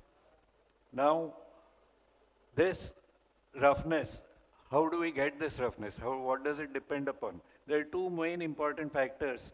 One is the orientation of the matting agent particles in the system, in your coating surface, how they are oriented. Depending on that, you will get the matting. Second is the state of dispersion. We will understand the importance of these two things when we discuss the further points, like parameters affecting matting जब discuss करेंगे, तब ये दो चीज़ें आपको ज़्यादा समझ में आएंगी. So these are, but make a mental note of it, orientation of particles and the dispersion. These are two important factors which will help you understand when you formulate your product. Coming to how do they work, basically the film surface micro roughness is created. Most commonly, majority of the times, it is because of film shrinkage. The solvent evaporates, the film shrinks, and this is what happens. You can see a wet coat, and after it has dried, the solvent has gone, and the matting agent is creating a roughness, and that creates the matte effect by reflecting or deflecting the light rays in different direction. So this is the way it works. Film shrinkage is one. Second point is the size and number of matting agent particles. Now this said, this what I have described is the conventional coating system which dries by film shrinkage. When your solvent evaporates, this works. But there are other methods of matting which are there available in the market for your other kind of products. We'll come to that. That's what I just said is mentioned here. In the conventional system, it is easy to matte because the film shrinkage is there. But in a non-conventional, like your 100% product, solid system, radiation curing or UV cured PU coats, there's no film shrinkage happening. To produce a matting effect in that, it becomes more difficult. The dosage of your matting agent increases, and there are other chemistries which are used there, which can be used. We'll talk about that. I'll just mention that when we come to the options of matting agent. But you need to understand if you are expecting the same degree of matting that you get in a conventional, using the same dose, you will not get the same degree of matting in a non-conventional system or like 100% solids or UV cured, radiation cured product. So the dose will go higher. Maybe the selection of your matting agent will change. So you need to understand that, because that's when your expectations from your product or your formulation will be right. Otherwise you will be misled and ending up doing wrong things. Now, what are the parameters affecting matting? अब parameters affect करने वाले बहुत से parameters हैं. Let's go one by one. The average particle size affects matting. We need to basically, what we have understood when we saw sorry, how matting agent works is we have to create a rough surface. Now, the smaller the particle size, the smoother the surface, the lesser the matting. The bigger the particle size, rougher the surface, more matting. But this has to be, you have to see the other side of the coin as well, because the bigger the particle size, the faster the settling. So you have to maintain a balance between the particle size, आपको कितना बड़ा चाहिए, कितना छोटा चाहिए, वो आप decide करेंगे कि मैटिंग एजेंट सेटल भी ना हो मगर ये भी क्रिएट करे. So, but as a paint manufacturer, I don't think you need to worry too much about that. That's our headache. The matting agent manufacturer has to provide you with the right particle size so that the settling is slowest, least, and at the same time the matting effect is the best. Second, as I said, dosage. जितना ज़्यादा डालेंगे उतना matting ज़्यादा होगा. After having said that, the dosage depends on your degree of matting that you need. आपको कम matting चाहिए, dose. For example, let's say your glossy product is having glossometer reading of 96 and you want to get it to only 60. You might need a certain dose. But if you need matting effect, gloss reading आपको 96 से आपको 40 पे आना है तो आपको dose बढ़ाना पड़ेगा. But it doesn't go proportionally. As you initial dose of matting agent for getting a small level of matting will be low. कि थोड़ा सा डालेंगे matting ज़्यादा होगा, मगर जैसे आपको ज़्यादा matting चाहिए आपको डोज ज़्यादा बढ़ाना पड़ेगा. Like to come from 96 to below 20, you might need 7 kgs, but to come from 96 to 70, you might need only 1 kg. So it's not going proportional. So you'll need to adjust the dose of matting agent accordingly. The more matting you need, the more higher the dose. Less matting चाहिए तो dose काफी कम हो जाएगा. It's not simple algebra. Okay, so that's what you need to understand about the concentration. Okay. Now we are talking about orientation and the dispersion के बारे में अभी आपको ज़्यादा समझ में आएगा. Type of coating system. See, there are different coating systems. You have acrylics, you have NCs, you have melamine, you have PU, you have water-based PU. Different systems have different chemical properties, physical properties.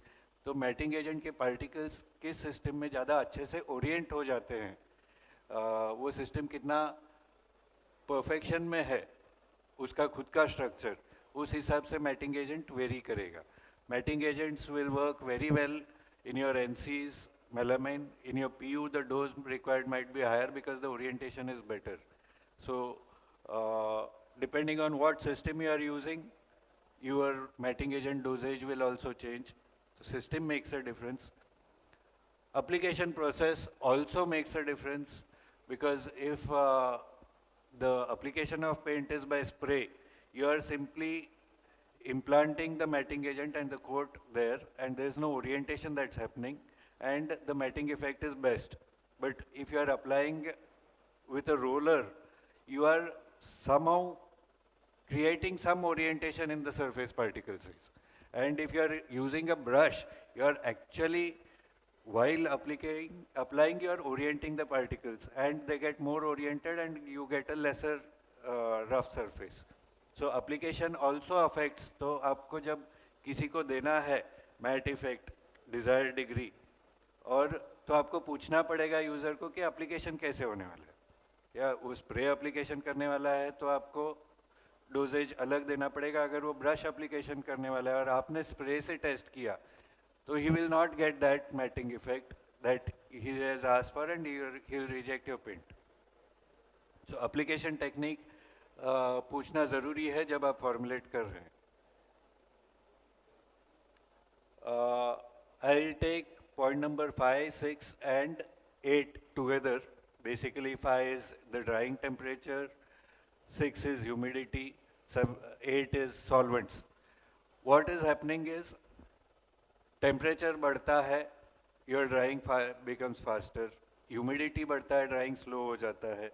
Solvent आप selection fast drawing solvent ले रहे हैं या slow drawing solvent ले रहे हैं, उसके ऊपर से आपका ड्राइंग टाइम चेंज हो रहा है. Basically what we are talking about in all these 3 points is the drying time. If the film surface dries fast, we don't give it time to orient, the time to the particles to orient itself. It's a sudden fixing of the particles.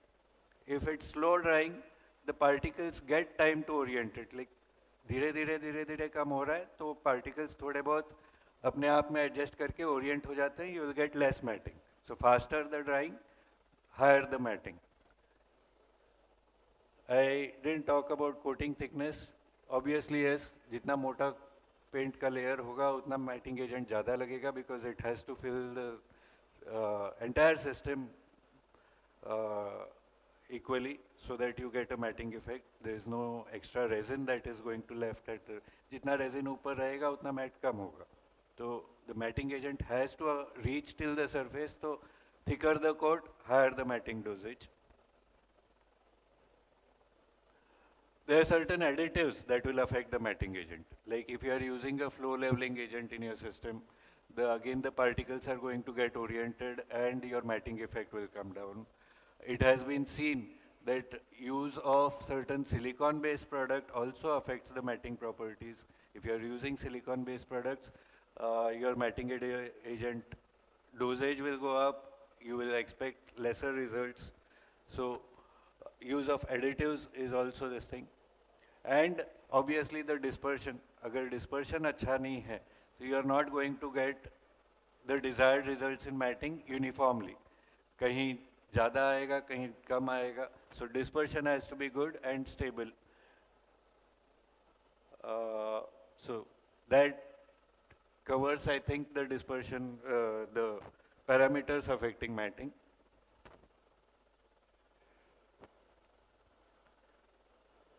Now that we have understood all these points, what is matting, why matting, what are the expectations from matting agents, how the matting agents work, and the parameters affecting, we'll now come to the most important aspect, is what are the options we have. There are many options we have. Let's see them in the following order. Commonly used are the fillers, then come the waxes, and the third one that I've mentioned is the silica-based, the precipitated silica-based matting agents. These are the three options I'll be talking about today.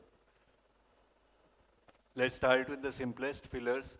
You can use calcium carbonate, you can use talc, you can use metallic stearates, zinc stearate use karte, calcium stearate use kar sakte hain.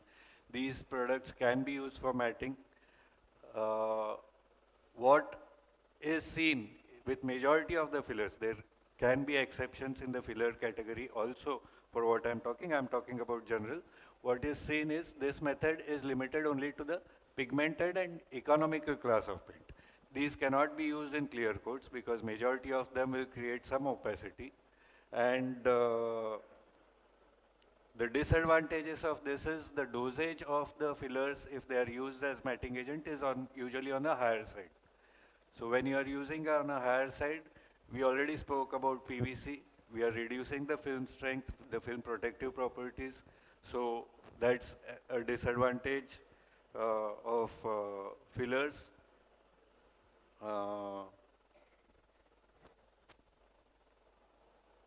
Then we already said they impart opacity and cannot be used to clear matte clear coats. They cannot be used, yeah, this is an important point. Usually these fillers need to be used at a grinding stage. They have to be used in the initial stage along with the pigment and ground well for better dispersion. They are not stir-in. End stage आपने glossy बनाया, last में मुझे इसको matte बनाना है, glossy को matte convert करना है, तो fillers are not easily dispersed. They cannot be dispersed very easily in stir-in. They need to be ground. So these are not a choice for end stage conversion of a glossy to matte. आपको शुरुआत से ही अगर आपको पता है कि हाँ matte finish बनाना है और मुझे ये degree of matte चाहिए है, तो आप ये कर सकते हैं. End stage पे आप नहीं कर सकते. So the limitation that I'm trying to say is you cannot get a desired degree of matting with this. You will have to pre-decide the degree of matting that you need before you start production. So those are the disadvantages of fillers. Waxes is a big topic by itself. There are many waxes available in the market. There are certain very good ones also. So I'm just touching this topic. Waxes are can be used as matting agent. There are natural waxes, there are synthetic waxes that can be used, and they usually work by floating to the surface of the coating layer and creating the imperfection, thereby dispersing the light unevenly and reducing the gloss. That's the mechanism how they work. They don't work like silica or fillers by being in the full system. नीचे का wax किसी काम का नहीं है. So that's about the waxes. Let's come to silica. These are the most commonly used, most popular matting agents that are available in the market.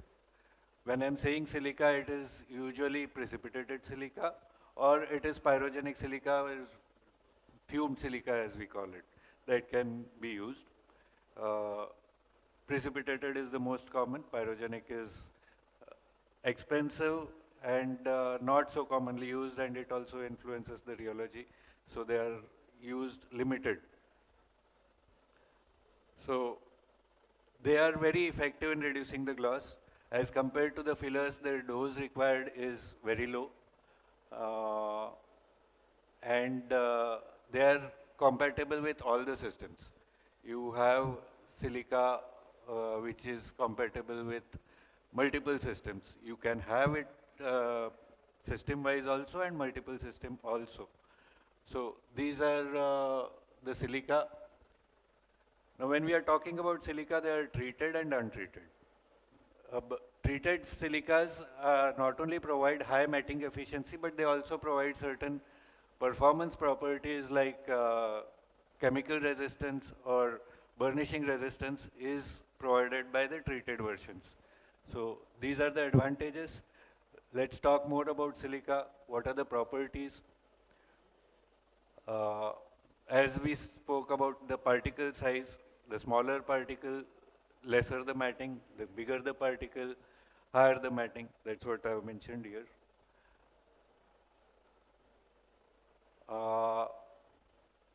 Yeah, so we spoke about treated and untreated silicas. When we speak about untreated silicas, they have a higher tendency to settle down. They'll settle down faster. They'll settle down harder. To overcome this, you have to do you have two options. You can either go for the treated versions, which are more easy to disperse. They are more stable in your system. They will settle down slower and they will redisperse faster. The second option is, along with the untreated silica, you'll have to use a stronger anti-settling agent at a higher dose to keep them in suspension to produce the stability. And usually, it is a fumed silica product that is used to get this anti-settling effect if you are using the untreated version. All said and done, but you need to make a note of this, that when a filler settles, it's usually hard settling. When a silica settles, it's more easier to redisperse it. So silica has that advantage over fillers. This is another thing that you need to take care of if you're making water-based clear coats and you're using precipitated silica. You cannot use her type of thickeners because her type of thickeners don't work with precipitated silica. You will need to use a haze type thickener if you're making a water-based system using matting agent as well. To brief what I've said, advantages of silica, they're very efficient at lower dose. They provide very high film clarity. They are not as expensive as they are perceived to be. So they are pretty much economical. And the advantages, coatings which are made with बाद में आ जाओ यार बाद में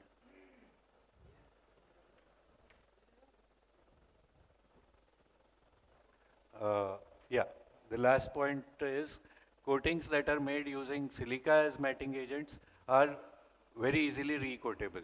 You can give it a second coat without any problem. They don't interfere with your recoatability. Most of the silicas, rather all of the silicas are stirring products. They can be added at a end stage. आप gloss को matte कर सकते हैं, चाहिए उतना, चाहिए जितना कर सकते हैं, and you can get that. So these silicas are stirring products. You can use it at the end stage. That is a big advantage that they have, and they are pretty easy to disperse. They don't need grinding. आपको grinding high speed stirring में या medium speed steering में भी आप उसको disperse कर सकते हैं. रादर इधर मैं ये बोलूँगा कि बहुत ज़्यादा अगर स्टरिंग करेंगे तो उसका वापस पार्टिकल साइज छोटा होते जाएगा and your matting effect will reduce. So don't stir it too much. If your manufacturer has recommended a certain time, or if you have tried it in your lab, okay, I need to stir it for 5 minutes with my equipment, don't say कि ज़्यादा किया तो अच्छा है. It is going to affect wrongly. So stirring, they are all stirring product. Desirable degree of matting can be achieved. Now, what are the limitations of silica? They are sensitive to scratches. Silica is a soft product. They are sensitive to scratches. They don't affect the hardness of the film, but they are giving the results by coming to the surface, and they are sensitive to scratches. They are very light, so little bit difficult in handling or while use. So, but उतना भी मुश्किल नहीं है, मगर है. They can show settling in some time, after some time, as I said earlier, and they are less efficient in your modern high solid or solvent-free system as compared to the solvent-based system. But they are certainly more effective than the fillers. So that is a limitation that we have. When we are talking about options, our company RSA has a vision of trying to provide you. We'll be coming out with this product soon. A pre-dispersed matting agent, जब आपको stirring भी करना नहीं पड़ेगा, it will be available in a pre-dispersed stage, in a liquid paste form, which you just add as desired, and work is going on. We'll soon be coming out with this.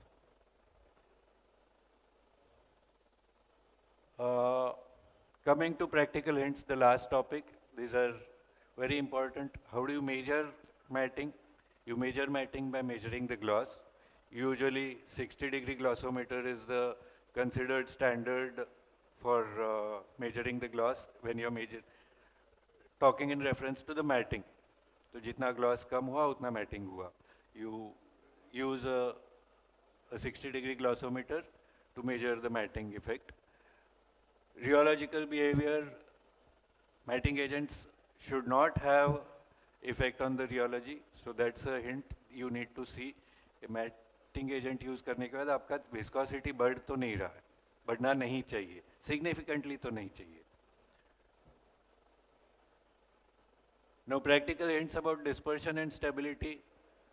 I have already spoken about this earlier, but I'll restate it. Untreated matting agents tend to settle down faster, tend to settle down slightly harder as compared to treated. So this is a behavior. It can be taken care of by using a treated matting agent, or it can be taken care of by adding a fumed silica based anti-settling agent.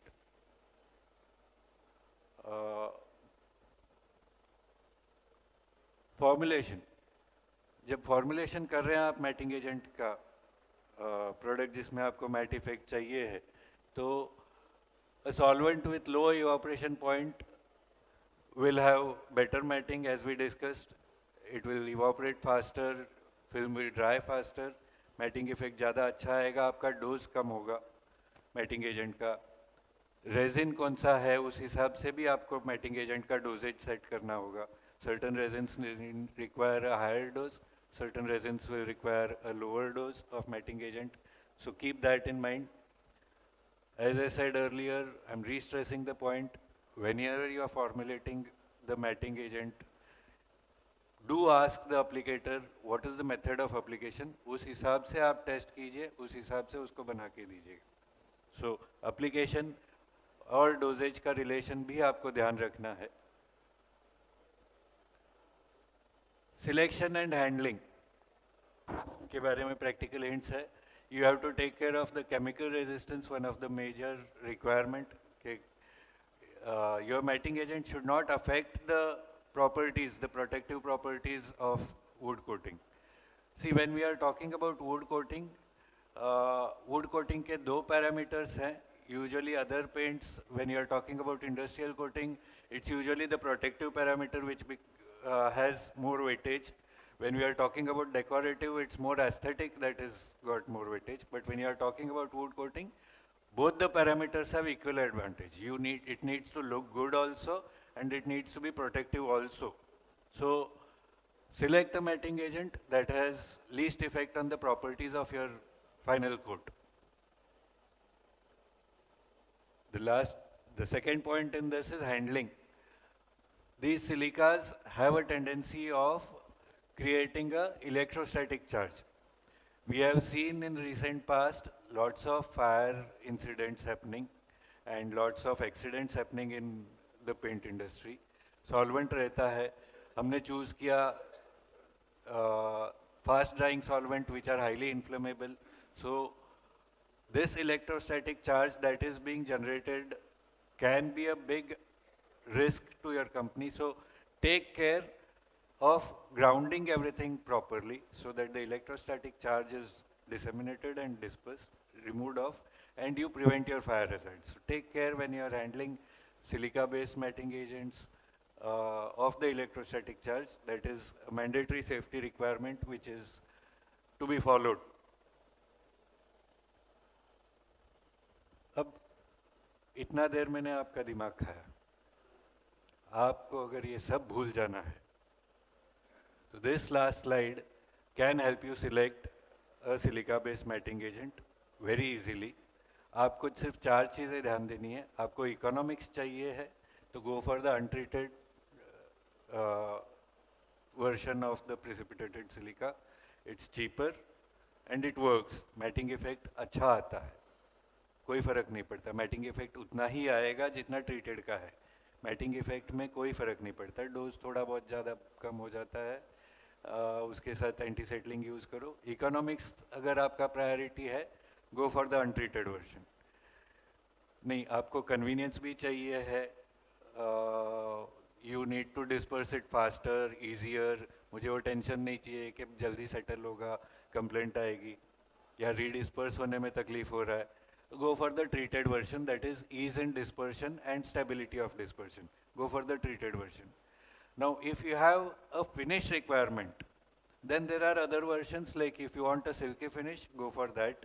It's a treatment given which gives the silky finish. It's not the silica which is giving the silky finish.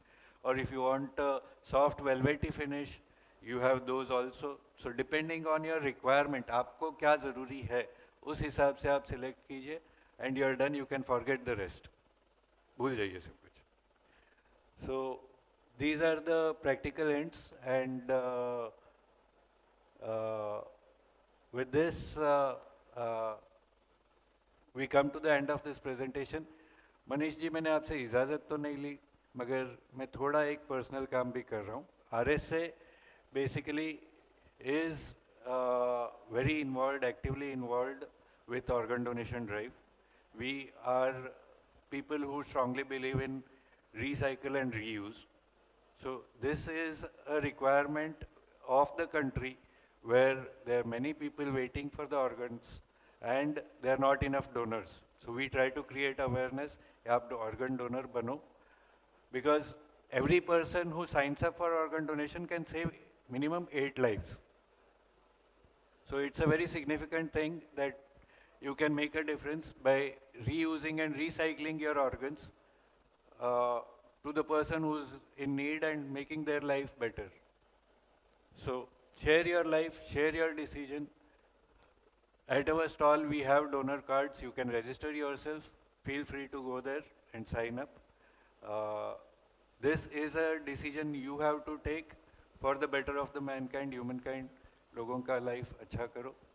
ऐसा नहीं है कि ये आपने अभी sign किया तो आपके बाद ज़बरदस्ती कोई आके आपके ऑर्गन छीन के जाने वाला है. You will have to intimate this to your relatives and then they will facilitate it.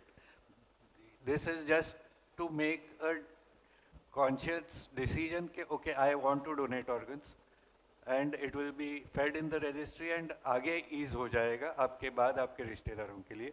So feel free to go to our stall and sign up for organ donation. And with that request, I come to the end of my thing. There's one more thing I missed out telling.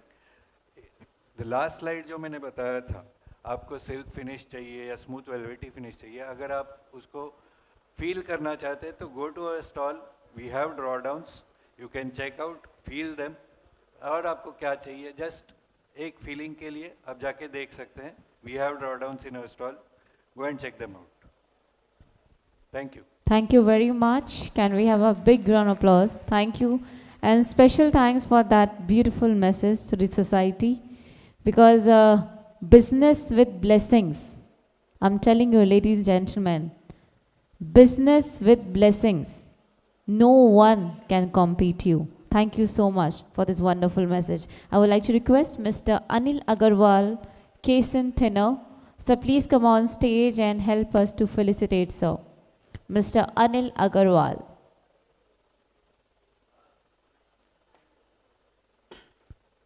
Mr. Anil Agarwal. And I would like to request Mr. Kanu. Acha, आगे से Mr. Anil Agarwal, Kasen Thinner, with the biggest round of applause, ladies and gentlemen. And also I have a small message for all of you. So 9th, 10th and 11th October, Expo Center, that's in Dubai. Edel Social Expo, Emirates 2023. Construction, architecture and design gonna happen.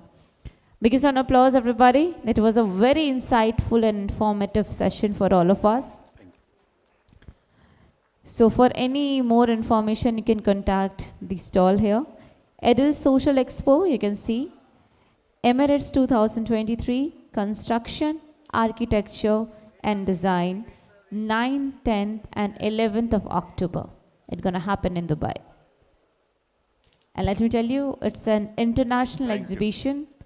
So it's a wonderful opportunity for all of you. Thank you, gentlemen. Thank you. So proceeding towards the next panel discussion on solvents and its myths using safely and making of thinners. I want to request Mr. Rajesh Arora. Is he here? Mr. Rajesh Arora. Mr. Rajesh Arora, Asia Paints, Mr. Anil Agarwal, Kasen Thinner. These are our panelists for the next panel discussion. Mr. Surendra Agarwal, Krishna Chemicals, Mr. Anand,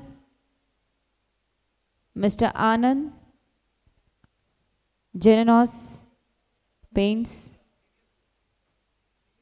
Genius Paint, Mr. Anand, Mr. Abhishek Agarwal, Power Wood Coating. For the next panel discussion, I would like to request all our panelists, please come on stage. The topic will be panel discussion on solvents and its myths, using safely and making of thinners. Mr. Rajesh, Mr. Anil, Mr. Surender, Mr. Anand. And I would also like to request our moderator, Mr. Manish Malhotra. Please come on stage. Mr. Rajat Chhabra, Mr. Rajat Chhabra, Biotech Limited, Mr. Rajat Chhabra.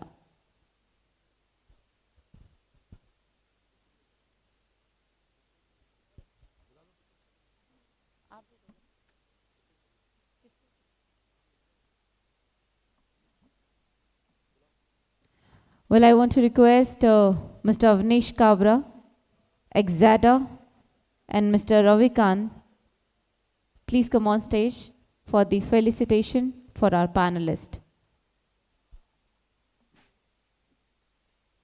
Mr. Avnish Kabra, Exada, please help us to felicitate our panelist.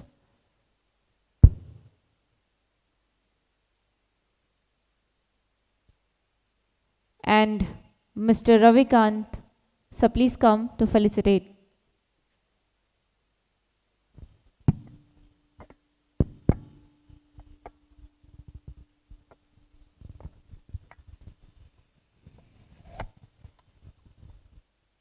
Can we welcome, ladies and gentlemen, with some round of applause? Thank you.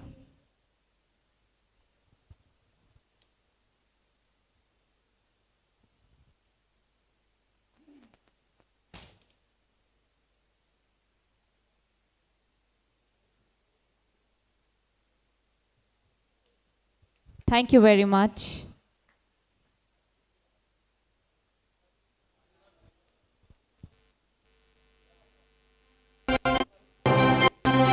So here for the panel discussion on solvents and its myths using safely and making of thinners with our panelist and our moderator, Mr. Manish Malhotra. All over to you, gentlemen.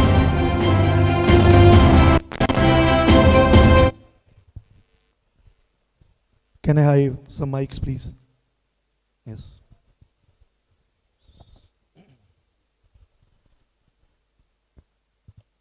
Would coating की बात हो रही है. Would coating का एक पूरा system चल रहा है. सॉरी, मेरा आज गला थोड़ा काम नहीं कर रहा, तो बट आवाज़ तो सबको आ रही है. Am I audible? सब सुन पा रहे हैं मुझे? ओके. आज हमारे बीच वुड कोटिंग मैन्युफैक्चरर्स यहाँ बैठे हैं और ये पैनल डिस्कशन हम लोगों ने जानबूझ के सोचा था कि क्या व्यू रहता है वुड कोटिंग मैन्युफैक्चरर्स का, वो हमारे सभी डेलीगेट्स को, हमारे रॉ मटेरियल सप्लायर्स को, उन सबको पता लगे.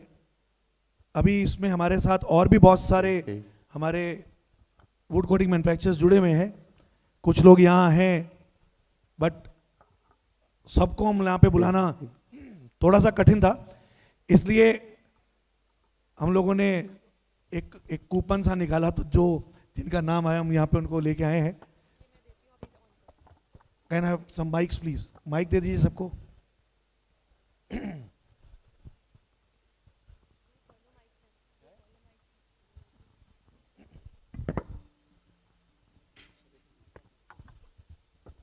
माइक्स और दे दीजिए.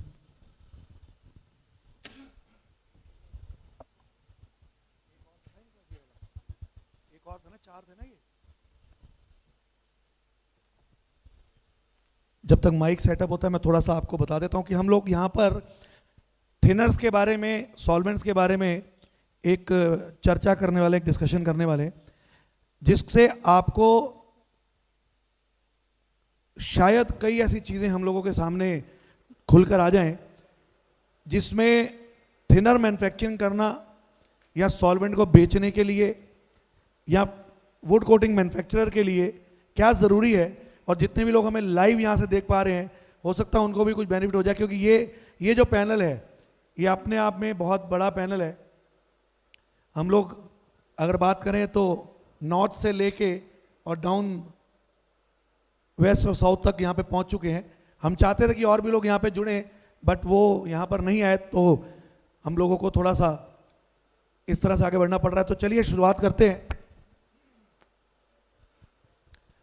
सबके पास माइक आ गया? वेट, एक कॉर्डलेस और दे दीजिए.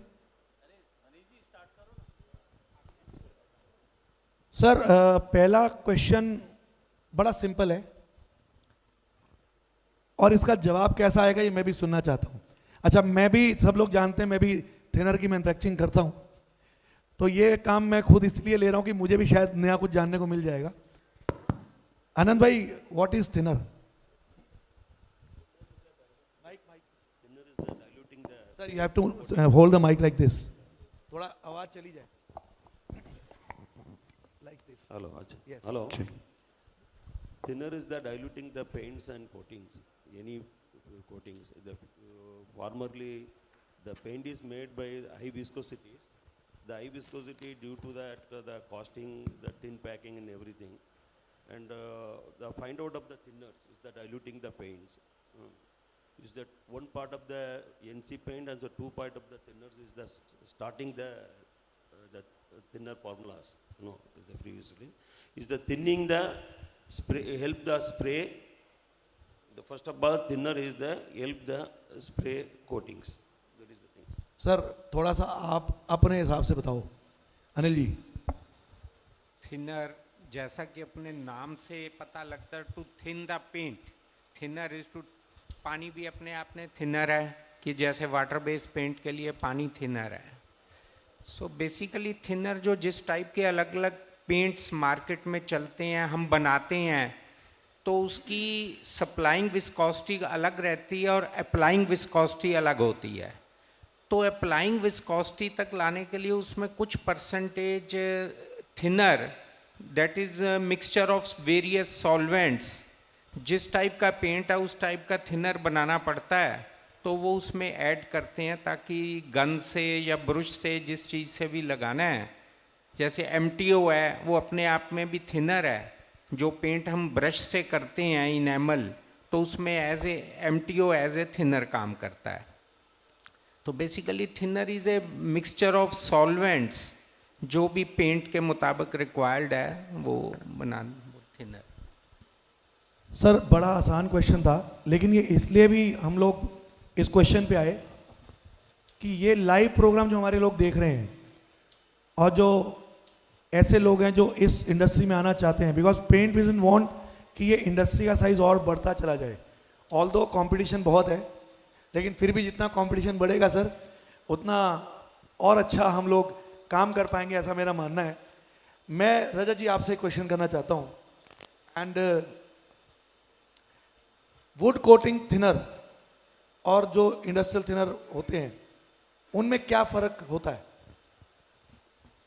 Hi all. The only difference which I feel, which is what you are asking between wood coating and industrial. Wood coating you cannot give, like you cannot play with the quality which you are giving in wood, specifically for wood coatings, because you need to get a particular finish. So you have to give the purest form of thinners. But in industrial, yes, you can play up and down. That's the thing which I feel. In the quality. Yeah, yeah. And other thinners also? Can you explain some other thinners? Can you name some thinners? There are many of them. Like thinner, as in what Sir was saying, thinner is something which is like thinner and paint, they go hand in hand. Without thinner, paint is useless. Without paint, thinner is useless. So, then any type of, you are picking epoxy, then again, it goes like you have to, specifically you have to go for an epoxy finish, which is compatible with that resin. Some common ingredients, solvents of wood thinner. Can you name them? Sir, ये मैं question क्यों पूछ रहा हूँ मैं आपको बता देता हूँ. सारे नहीं, होंचो इसका बैठे रीजन हैं यहाँ पे. है सर, इसका रीजन है. मुझे कल कोई पूछ रहे थे कि साहब ये वुड कोटिंग आप कल रख रहे हो, इसमें कौन कौन से सॉल्वेंट्स या कौन कौन से बेसिक प्रोडक्ट यूज होते हैं. तो मैंने कहा जी आप यहाँ बैठना. A to Z of every solvent which is available in the market that goes into coatings. Sir Whether लेकिन it is for wood, अभी अनिल जी ने MTO बोला तो वो तो शायद नहीं यूज होता क्यों नहीं जाता सर? वुड कोटिंग में. क्यों नहीं जाता? तो वो बताओ फिर कैसे. सर जो आपका जैसे for I'll give you a very lame example. Lame is a very simplest possible example. जो एशियन पेंट का एक प्रोडक्ट आता है, that is like I think sir will agree with me, that is a single pack clear जो उनका आता है, वो touchwood. Okay, touchwood. Okay. That is made with MTO and रजत जी अपनी बात को मनवाने में सर हम मान गए आपको. चलिए आगे बढ़ते हैं. और तो ये मैं सबसे जानना चाहूंगा sir, what is the market size of the wood coating thinner. आप अपने एरिया का बता दें, धीरे धीरे हम सब एरिया का पूछ लेंगे तो पता लग जाएगा, लेकिन अगर आपको ज्यादा नॉलेज हो तो वो हमारे लिए बहुत अच्छा होगा. Sir, wood coating market size is a very big, very big. It's the day to day is the growing market. So many big companies are want to come in the market. So ये market तो कुछ endless market है, कैसा बढ़ते जाएगा, furnitures market बढ़ते जाएगा, furniture each and every residents में नेसेसिटी होती है, ऐसा वुड कोटिंग्स का मार्केट भी ऐसे बढ़ते जाएगा. नहीं, कोई मार्केट साइज के बारे में आप कुछ अंदाजा बता सकते हैं? मार्केट साइज तो इसमें ऐसे पर्टिकुलरली कैलकुलेशन नहीं कर सकता है इसके अंदर, क्योंकि ये every year is the growing market, every is the growing market. कोई भी ऐसा साइज बोलेंगे ये साइज है वो साइज है, वो इतना साइज के अंदर नहीं बैठ रहा है इसके अंदर. इट्स मोर देन इज या कुछ ऐसा आप बोल सकते हैं मोर देन 1 ट्रिलियन मार्केट है.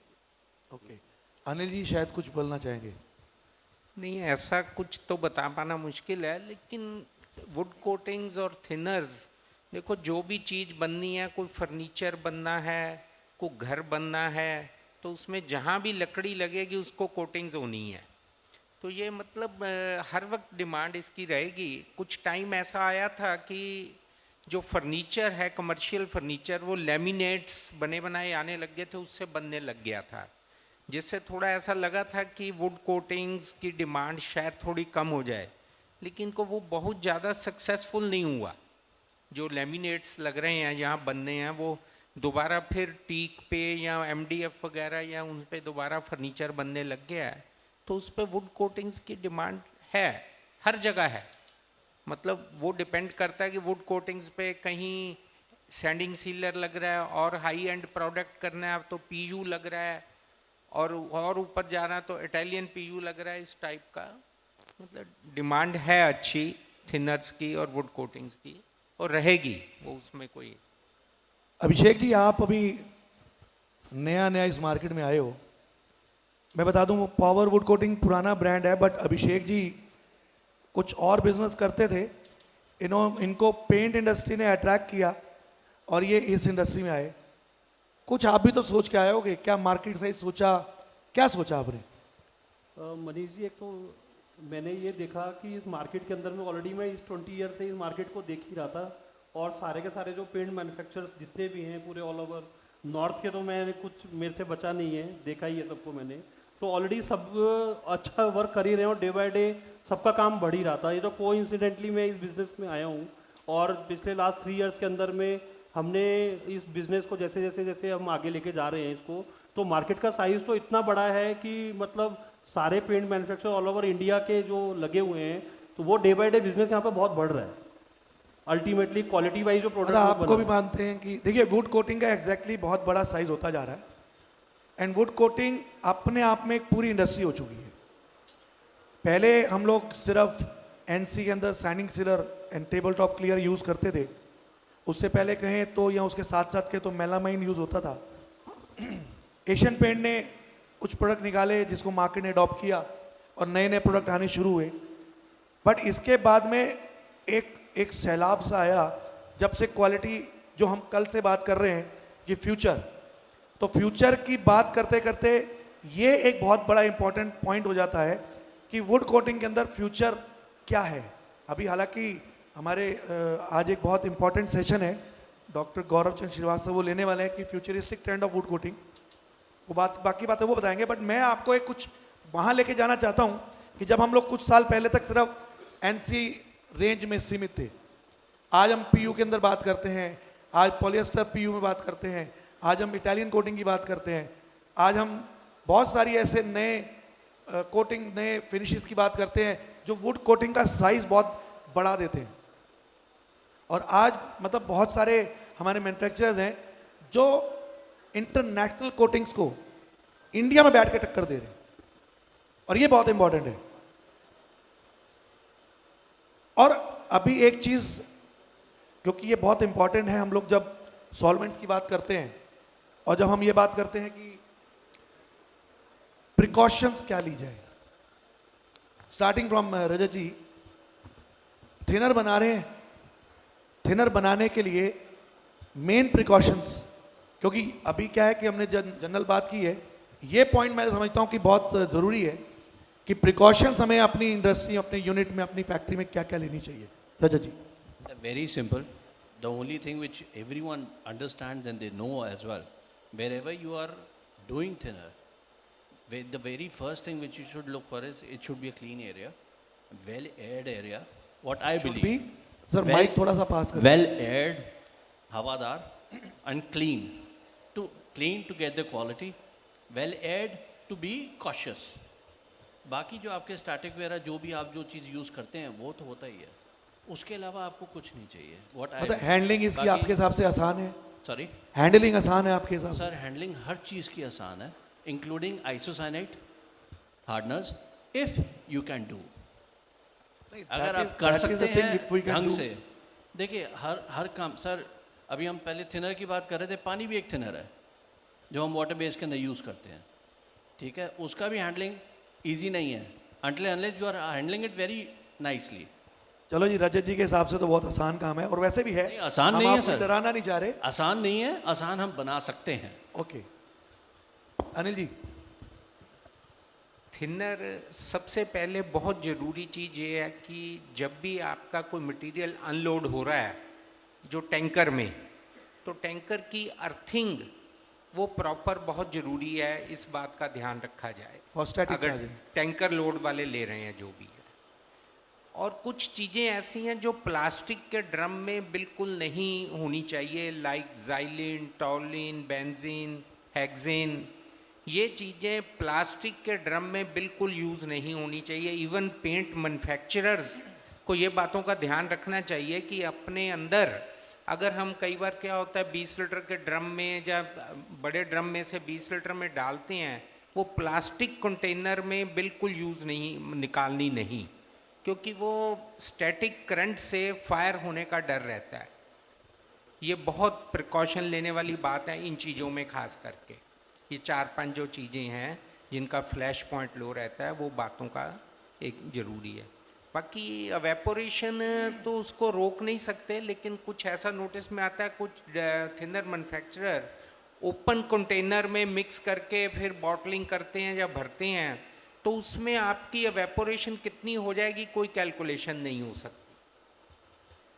सो ये छोटी छोटी चीज़ें हैं जो बनाते हैं, वो ध्यान रख लेंगे तो हम प्रिकॉशन ले सकते हैं, सेविंग भी कर सकते हैं.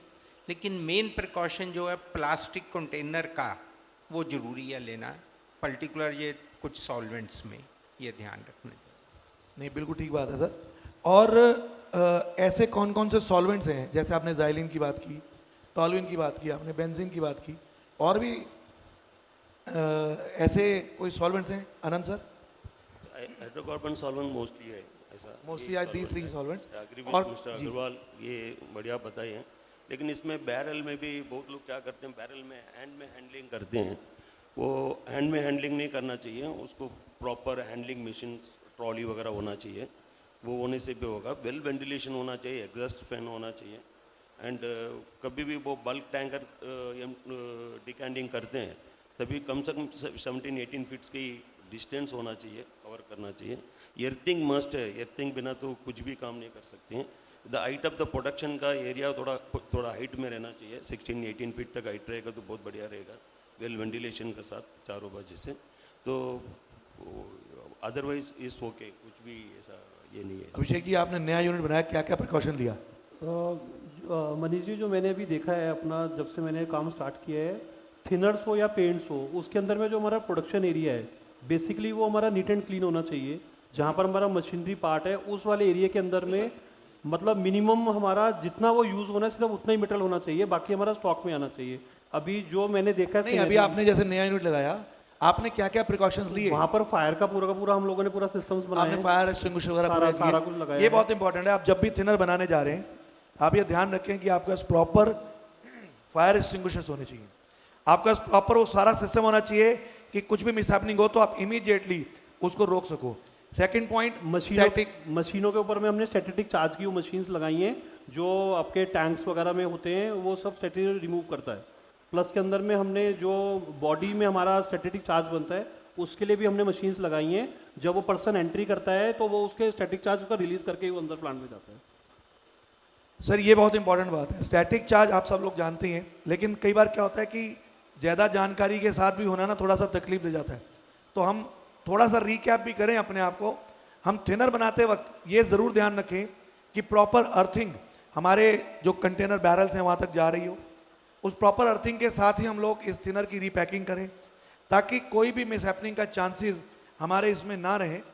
और अब बात करते हैं सर, एक थिनर की मैं बात करूंगा जो आजकल बहुत ट्रेंड में है, पहले नहीं चलता था, जैसा बेस्ट ऑफ माई नॉलेज आजकल यूनिवर्सल थिनर की बहुत डिमांड आ रही है कि साहब एक ही थिनर दे दो, वो सब में चल जाए, इनामल में भी चल जाए, मेलामाइन में भी चल जाए, पीयू में भी चल जाए।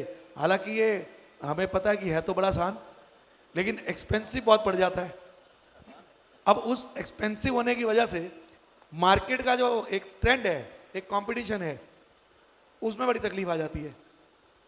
अनिल जी थोड़ा बताएं सर कि इसको कैसे हैंडल करते हैं, मतलब क्या नहीं, यूनिवर्सल उसमें कोई ऐसा बहुत इशू नहीं है, क्योंकि आज की डेट में जितने सॉल्वेंट्स हैं ऑलमोस्ट जो एनसी में डालते हैं या पीयू में डालते हैं या टॉलिन ऑलमोस्ट बराबर रेट की हैं। थोड़ी सी डिपेंड करता है कि आपने परसेंटेज अपना कम्बिनेशन कैसे बनाना है कि जो इन मेलामाइन में भी पड़ जाए, इवन पीयू में पड़ जाए, एनसी में पड़ जाए, वो मैनेज हो जाता है, कोई ऐसी इशू नहीं है, कोई बहुत ज़्यादा अब गैप नहीं रहा। जो भी आप लाइक करें, इथाइल है, टॉलिन, ज़ाइलिन, ये जितने भी सॉल्वेंट्स हैं ऑलमोस्ट सब बराबर रेट के हैं। तो उसका कम्बिनेशन कैसे सेट करना है कि सब में डल जाए, हो जाएगा इजीली, कोई ऐसी दिक्कत नहीं कि आपको कोई बहुत गैप रहेगा एनसी से यूनिवर्सल का। दुकानदार को ये रहता है ना, इजी रहता है सेल करने में, प्लस जो कंज्यूमर है अपना, वो एक कह सकते हैं कि इनोसेंट कह लो, अनपढ़ कह लो, उसको नहीं समझ आती कि भी कौन सा डालना है। सो दुकानदार को भी इजी रहता है, कंज्यूमर को भी, जो एक बॉटल ली जो करके वो सब में डाल लिया।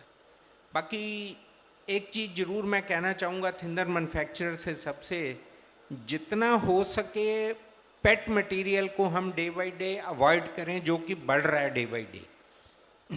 एक तो टोटल पोल्यूशन है पेट मटेरियल, क्योंकि ये कहीं रिसाइकल नहीं होता, जो अपना पेट की बॉटल्स हैं, लेकिन ट्रेंड इसका बढ़ रहा है। हम सभी लोग ये अगर कोशिश करें, एचडीपी जो है फिर भी रिसाइकल हो जाता है, पेट कहीं रिसाइकल नहीं होता। सो इस बातों का अगर हम कोशिश करें सब लोग मिलके, ताकि पेट का कचरा जो है कम हो थोड़ा। नहीं, बहुत अच्छी बात बोली आपने सर। और मेरा एक लास्ट क्वेश्चन है, बड़ा इंपॉर्टेंट लगता है मुझे इस क्वेश्चन को पूछना, क्योंकि हम एमएसएमई है, we are actually small scale businessman, small scale industries. अभी सर एक बहुत बड़ा चैलेंज मार्केट में चल रहा है, और वो चैलेंज है कि लार्ज स्केल जो पहले थिनर के अंदर इतना कंसंट्रेशन नहीं दिखाते थे, उन्होंने भी थिनर के अंदर आगे आना शुरू कर दिया है। आप इसको कैसे लेते हो सर? अनिल भाई जी, ये thinner industry is the mostly है ना सर्विस ओरिएंटेड इंडस्ट्रीज है। सो डीलर्स नेटवर्क में देना, किसको भी देना है तो सर्विस बहुत इंपॉर्टेंट माना जाता है। और कोई भी बिग कंपनी है वो खुद नहीं बनाते हैं, वो किसे टोल मैन्युफैक्चरिंग करवा के लेते हैं। क्वालिटी वाइज तो वो लोग कितना कंट्रोल कर पाएंगे उसके ये नहीं है। हम क्वालिटी वाइज क्या सर? कितना कंट्रोल कर पाएंगे उसके कुछ आइडिया नहीं है। कौन? ये लोग बाहर से बना के लेते हैं। अच्छा, ऐसा सॉल्वेंट में कंट्रोल करेंगे, क्या करेंगे? सर आप बहुत बड़ी बात कह रहे हो। एक यूनिवर्सल थिनर के कंसेप्ट है, really is not a suitable, क्योंकि डिफरेंट टाइप ऑफ पेंट्स है, डिफरेंट टाइप ऑफ कोटिंग्स है, सब है उसमें। कोई भी थिनर्स उसमें चल जाएगा वो नहीं है। इंडिया मैं वही आपको आनंद भाई कह रहा हूँ कि बहुत बड़ी बात कह रहे हो आप, क्योंकि ये बात कहना कि बड़ी लार्ज स्केल का क्वालिटी नहीं है, देखो ये मार्केट ट्रेंड के साथ में वो चल रहे हैं। अनिल जी आप क्या कहना चाहेंगे? देखिए, अभी हम लोग लास्ट 35 ईयर से हमारा थिनर है DK लैग 143 करके नाम है। तभी से वुड कोटिंग स्टार्ट हुआ, तभी से हमारा थिनर है मार्केट में वुड कोटिंग्स में हमारा थिनर सबसे हाईएस्ट यूज़ किया जाता है। हम लोग per month more than 250 metric ton हम थिनर प्रोड्यूस करते हैं। इनमें पैकिंग, ओनली पैकिंग थिनर है हमारा कोई इंडस्ट्रियल सप्लाई वगैरह नहीं है, तो पूरा totally is the customer level में। And I am very happy कि आपने ये बात बोली, क्योंकि ये सच भी है। मैं कंपनीज का नाम नहीं लूँगा, बट आज के टाइम में देखो, ये लाइव भी जा रहा है, ऑन रिकॉर्ड में बोल रहा हूँ, आज के टाइम पर लार्ज स्केल बहुत से ऐसे काम कर रही है जिसके अंदर शायद लोगों को क्वालिटी इशू आए। मुझे बड़ा समझ के बोलना पड़ रहा है यहाँ पर। ये हम लोग क्वालिटी का प्रूव करते हैं, हम लोग आफ्टर सर्विस देते हैं, क्वालिटी पे बहुत कंट्रोल रखते हैं हम लोग का इसमें। तो मैं अनिल जी से पूछना चाहूँगा इस बारे में। अनिल जी। मनीष जी, आप इस बात को ना थिनर के तरीके से ना लो, आप जो चल रहा है वो माइंडसेट कंपनियों का, देखो कि वो स्मॉल स्केल को क्रश करना चाह रही हैं। अकेला थिनर नहीं, वो देखो वो रेगमार भी बेच रहे हैं, स्क्रैपर भी बेच रहे हैं, ब्रुश भी बेच रहे हैं। मतलब किस लेवल पर किस टाइप की कंपनियां आ गई हैं। आप इस चीज़ को इस तरीके से लो। थिनर तो चलो, फिर जब वो स्क्रैपर बेचने लग गए तो और उससे नीचे क्या जाएंगे। नहीं, ये हमारा बात समझो हमारा इस बात को पैनल कि डिस्कशन थिनर का है ना उनका जी। मोटिव ये है कि स्मॉल स्केल जो बेच रहा है, क्योंकि उसका एक वॉल्यूम होता है, टारगेट होते हैं कि मेरे से ये भी लो वो भी लो, उसका एक बास्केट बन जाती है।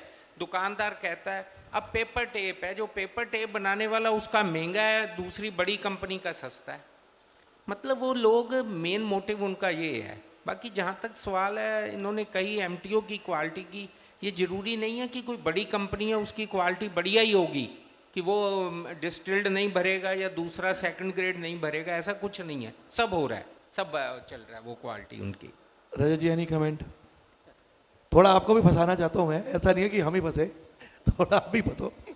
Sir, over the period of time, the quality of thinner and the usage of different solvents and different finishes has changed dramatically.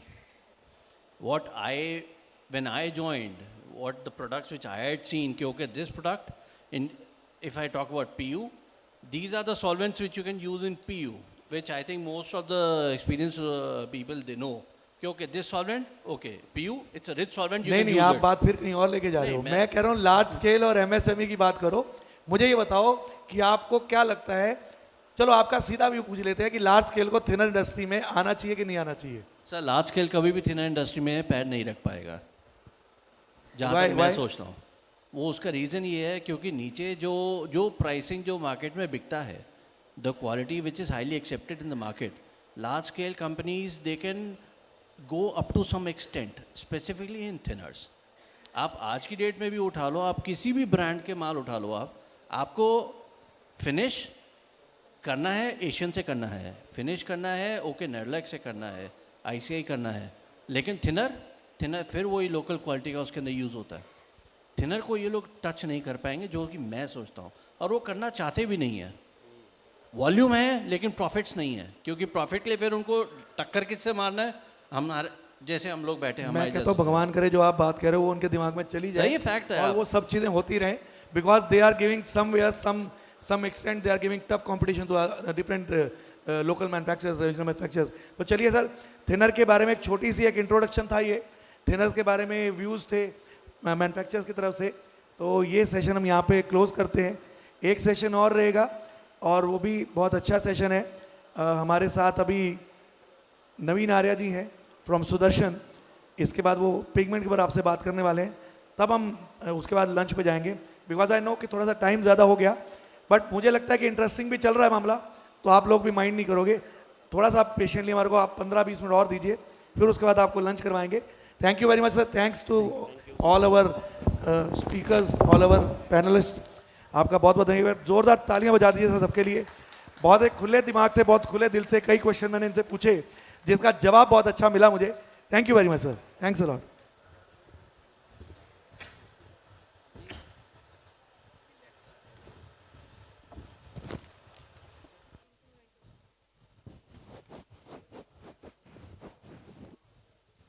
Thank you very much. Thank you, gentlemen, for this very informative session we had and very connecting. Thank you. So here for the next session, Mr. Naveen Arya ji, I would like to request, sir, please come on stage. Technical session on designing of wood finishes, technology of effect pigments and violent color technology by Sudarshan Chemicals. Mr. Naveen Arya on stage for the next presentation. And I just want to bring the energy back to the room.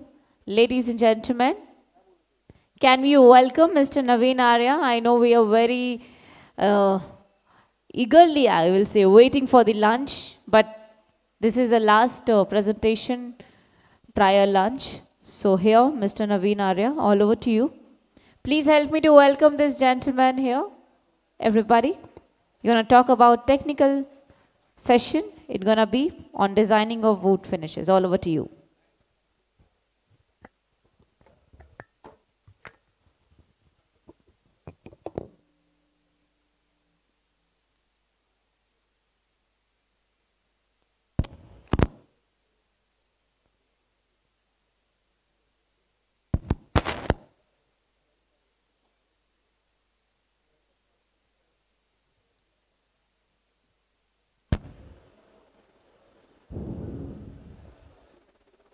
Hello. Yes.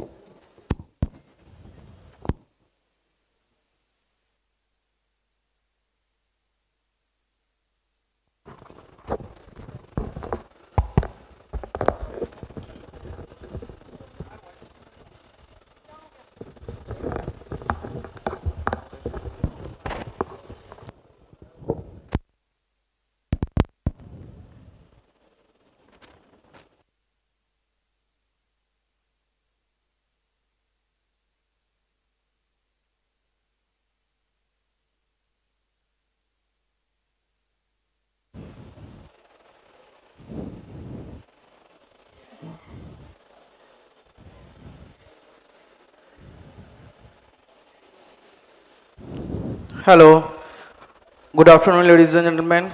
Hi, I'm Naveen Arya. I'm from Sudarshan Chemicals. So, today I would be talking about two things. One is the pearl pigments, other one is the pigment violet 23.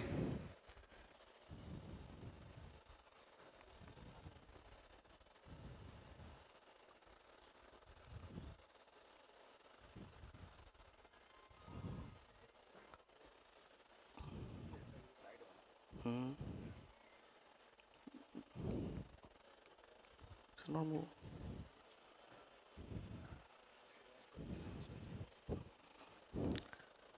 So, pearl basically will talk about the pearls. Initial PPT would talk about introduction, what are the manufacturing process, and the pearl technology, product range, and application. So here you could see that the optical phenomena coming out from the natural available product is associated with the pearl technology. So these are all natural products, and so the first question would be in the mind is what exactly is the pearl? Pearl is basically we have many translucent platelets having a high refractive index. This is the one, and then these all plates will have different kind of refractability transmission things. So the pearl, because of these platelets designs, we can have the multiple reflections. Why we need this pearl? One is the differentiation. From the pearl we can have the differentiation, aesthetic appeal, brand image creation, which is very important for have.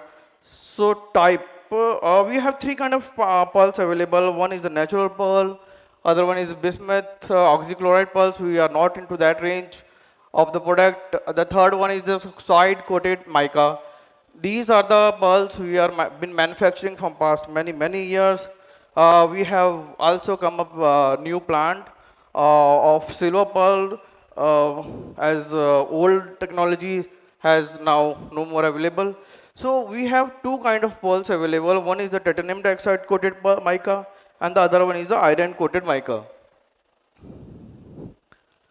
So these are the photographs. You could see that the mica coming out from the mines.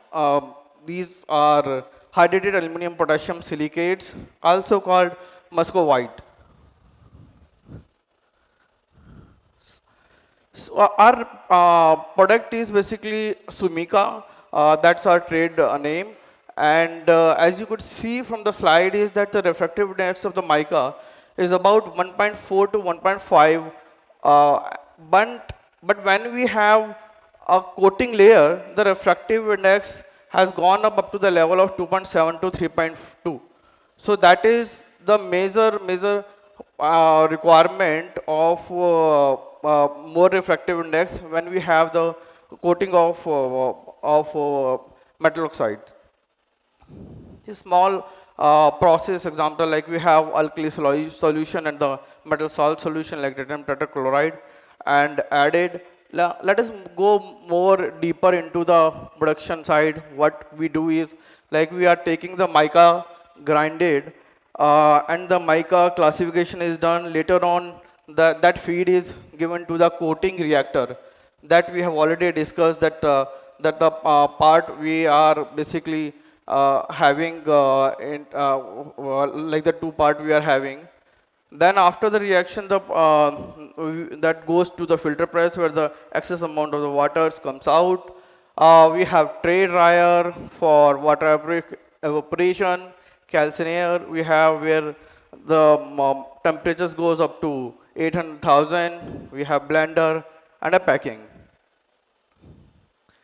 We do, after the manufacturing, we do the quality assurance. Here you could see that our DE value is approximately 1.5 for a silver, and DE value is maximum 2 for the color. We are also checking opacity and the luster. Particle size distribution is also we are checking approximately keeping it 85%. For example, we have 4179. 4179 is having a particle size 10 to 60 microns. So 1 kg of the 4179 should be having approximately 800, maximum 850 grams of the particle there available. pH is, we are also checking pH from 8 to 10 for titanium dioxide coating, and 4 to 8 is for the iron oxide coating. Volatile metals should be again maximum at a 1% level, and the water soluble matter has to be less than the 1%. So how the wide range of effects comes out? As you could see that the left portion is talking about the effect type, like the pearlescent effect is coming from for the silver, which color is coming from the only titanium dioxide coating. We have two-tone product also there with again a titanium dioxide coating. We call it iridescent. Gold will have both the coating, titanium as well as iron oxide coating, and earth tone, which is nothing like the bronze, copper, and maroon, having the iron oxide coating. It's an interesting slide that as you could see that when the thickness is increasing, our color is also changing. Like in the silver range, you could see that we have very small thickness, wherein the yellow, red, blue, and green thickness is increasing. That is for the titanium oxide coating. Like in the earth tone, we have bronze is having the least thickness, whereas the maroon would be having the highest thickness. In gold, again, as you could see, that initially we have the titanium dioxide coating, and then we are having iron oxide coating. So basically, I would like to talk about what exactly is happening. Like as we see that we have a smaller particle size. Smaller particle size, for example, will have a 50% of the mica would be there, say 4101. We are having a smallest particle size titanium available. Will have approximately 50% of the mica and the 50% of the titanium coating. What is happening is the titanium coating is increasing, then we have a more hiding power, which will give the high opacity and the silky shining effect.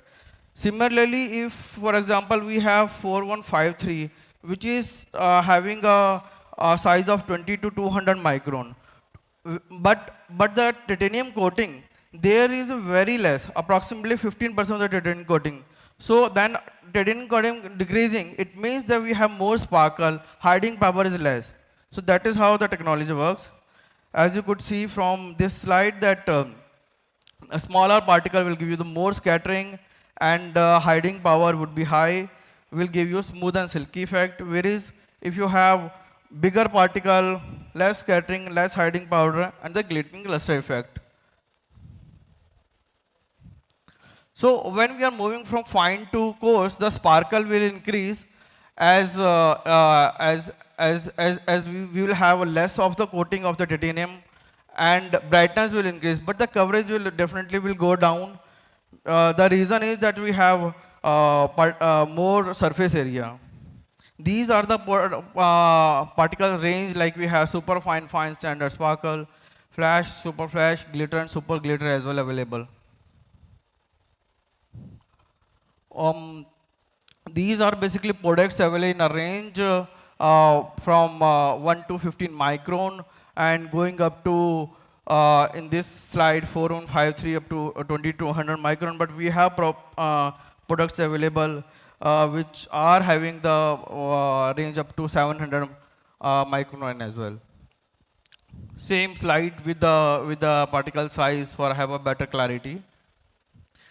Then in the two-tone, we call it iridescent products. We have three products: gold, pink, and blue, with the normal particle size 10 to 60 is the standard particle size. These are the three products available with us. In gold, we have four products available. Bright gold 4199, and radar one version is a PI 235, sparkle gold, and flash golds. In earth tone, as you could see, that we have product available from bronze, copper, maroon, and a red, and like 4964 and 4974 is a higher particle size product. In the same way, we have these products available. So again, the same slide having the product code and the range. So what are the advantage of the Sumika?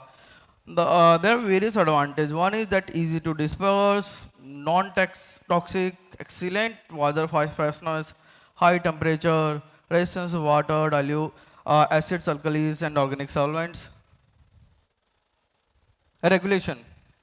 Almost all the regulations compliant these products, like it's a REACH, also APA 89, CFR 21, we ROH EN 71 for toy regulations.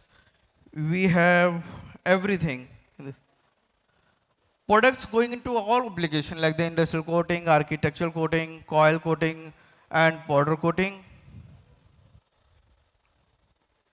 So we would like to basically guide you some of the things, like we need to avoid something like as I explained you that we need to use transparent pigments, because we will have the more if we are using the opaque pigment will have lesser effect of the pearl because of the hiding power.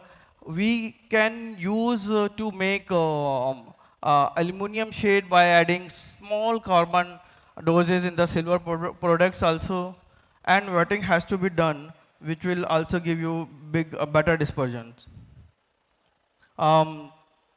As I explained to you in the previous slide, that the opaque pigment will basically reduces the pearlized effect. Also, we should avoid using more of the pearls. Many times, customers are using more pearls to have more effect, but we must avoid maximum 8 to 10% is okay, should be okay. And sometimes what is happening is that we are providing high shear force in the system. Shear force is basically breaking the particle, and eventually when the particle is broken, we will have no pearl effect. So many times we advise not only for the paint industry, also for the master batch and the different industries, that we need to have a very less shear in the pearl. So from application wise, we need to have orifice size should be more than the size of the pearl. That is the point one. And instead of using brushes, we are recommending that customers should use rollers. This is typical formulation part. As you could see that the part A, it would be having approximately 57 to 65% of the solvent or water part, and then we have a dispersing agent. Sumika pearl may range from 35 to 40%, and then anti-settling agent. Along with that, when the part it will go in a part B. So this is a typical formulation, not for just for the understanding purpose. So these are the pictures where how those pearls can be used, like a 4199, the water-based system. Applications for the interior wall, as you could see that here in the first slide, we have first taken a green coat, and on top of that we have a silver sparkle coat of 4194. Here also we have blue base coat along with the iridescent gold, yellow coat going along with the bronze, and the orange one is going along with the maroon. So having a different textures. Automotive paint applications, we know that all the white colors car, many of them are having the pearls also there, border coating. Seat coating is a very good example. In the western India, most of the companies are using a pearl. Textiles printing, I mean, you name it, paper coating, latex, balloons, molding applications, master batch, and EVA footwear have also, we have recently tested this product. Only part is that we have to be very careful on the shear part. So that was all about the pearl. I would like to take a few minutes about pigment violet 23. As we have recently started our new plant almost a year back with the violet 23 plant having a capacity of 450 tons per annum. So why Sudarshan? This product is basing a best of the available technology. Hardware is the best hardware available, and the product consistency we have already tested and checked. Blue and red redder version both are available. Technical marketing support, we have excellent technical marketing support available in the Pune R&D, and complying with all the REACH, AP 8971, all regulations it complies with. Product, as you could see, that going into from the decorative to coil coating as well as powder coating application can be used everywhere. We have two products, red and bluer version is 2941C. We have 2940C as a redder version. So the name of the product is Soda Palm Violet 2941C with a very high fastness level of this pigment. So we did test this product against the market standard available. As you could see from in the Alkyd paint application, we had tested this product, and the result is in front of you. Approximately 10% higher strength. When we adjusted the strength, you could see that the D value and the other values are almost matching. In water base, the same results. You could see that previously it was 10% strength-wise better, but here now we have 12% more strength in our product. So other product is the redder one, Soda Palm Violet 294C. Excellent fastness property. This product we also tested the same product in alkali paint region. Here the story is not that great, but as you could see that the product is almost matching with the market standard and approximately 2-3% higher in strength. But the good part is that it is actually 100% matching with the market standard. All the values, DAB values are matching. In the same water-based system also, we are 100% matched with the available market standard, more prevalent grade available in the market. Okay, so these are the basically comparison between our both the products. We have taken a reference of the blue version. As you could see that the DA value is a 0.6. It means that the product is a redder product, and also the same product when we are taking the standard of the bluer version is almost 4% having a more strength. In water-based also, the results are more or less same with the DE value almost matching, and you could see that DA value is again on a higher side of positive side. So that is all from my side. Any questions? We have brochures available in our stall, and we are available for any kind of inquiries. Thank you. Thank you.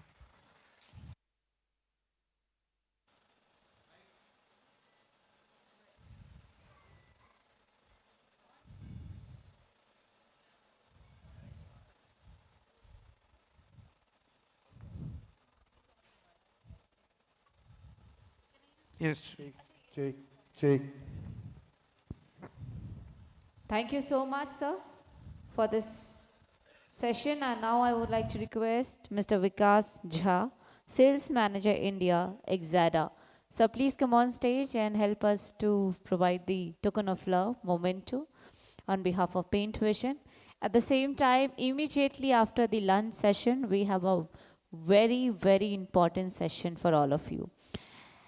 Important at the same time, very relevant to our industry. So make sure immediately after lunch, you can be here. The lunch break will be short. It will be just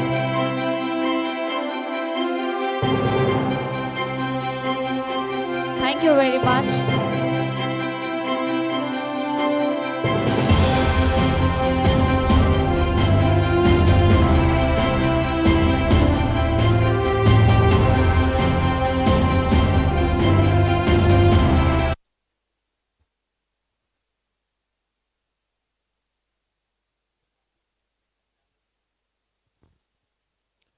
sir एक बहुत important session immediately after the lunch है जिसके लिए हम यहाँ पे आए हैं. This is futuristic trend of wood coating by doctor Gaurav Shrivastava. तो जल्दी से जाते हैं क्योंकि मुझे पता है टाइम ज़्यादा हो गया है, भूख भी आप सबको लगी होगी, तो जल्दी से जाते हैं, फटाफट खाना खाते हैं. और ये वाला आप प्लीज़ मिस ना करें, बहुत ज़बरदस्त सेशन है. इसके बाद में क्वेश्चन आंसर सेशन रखेंगे हम लोग.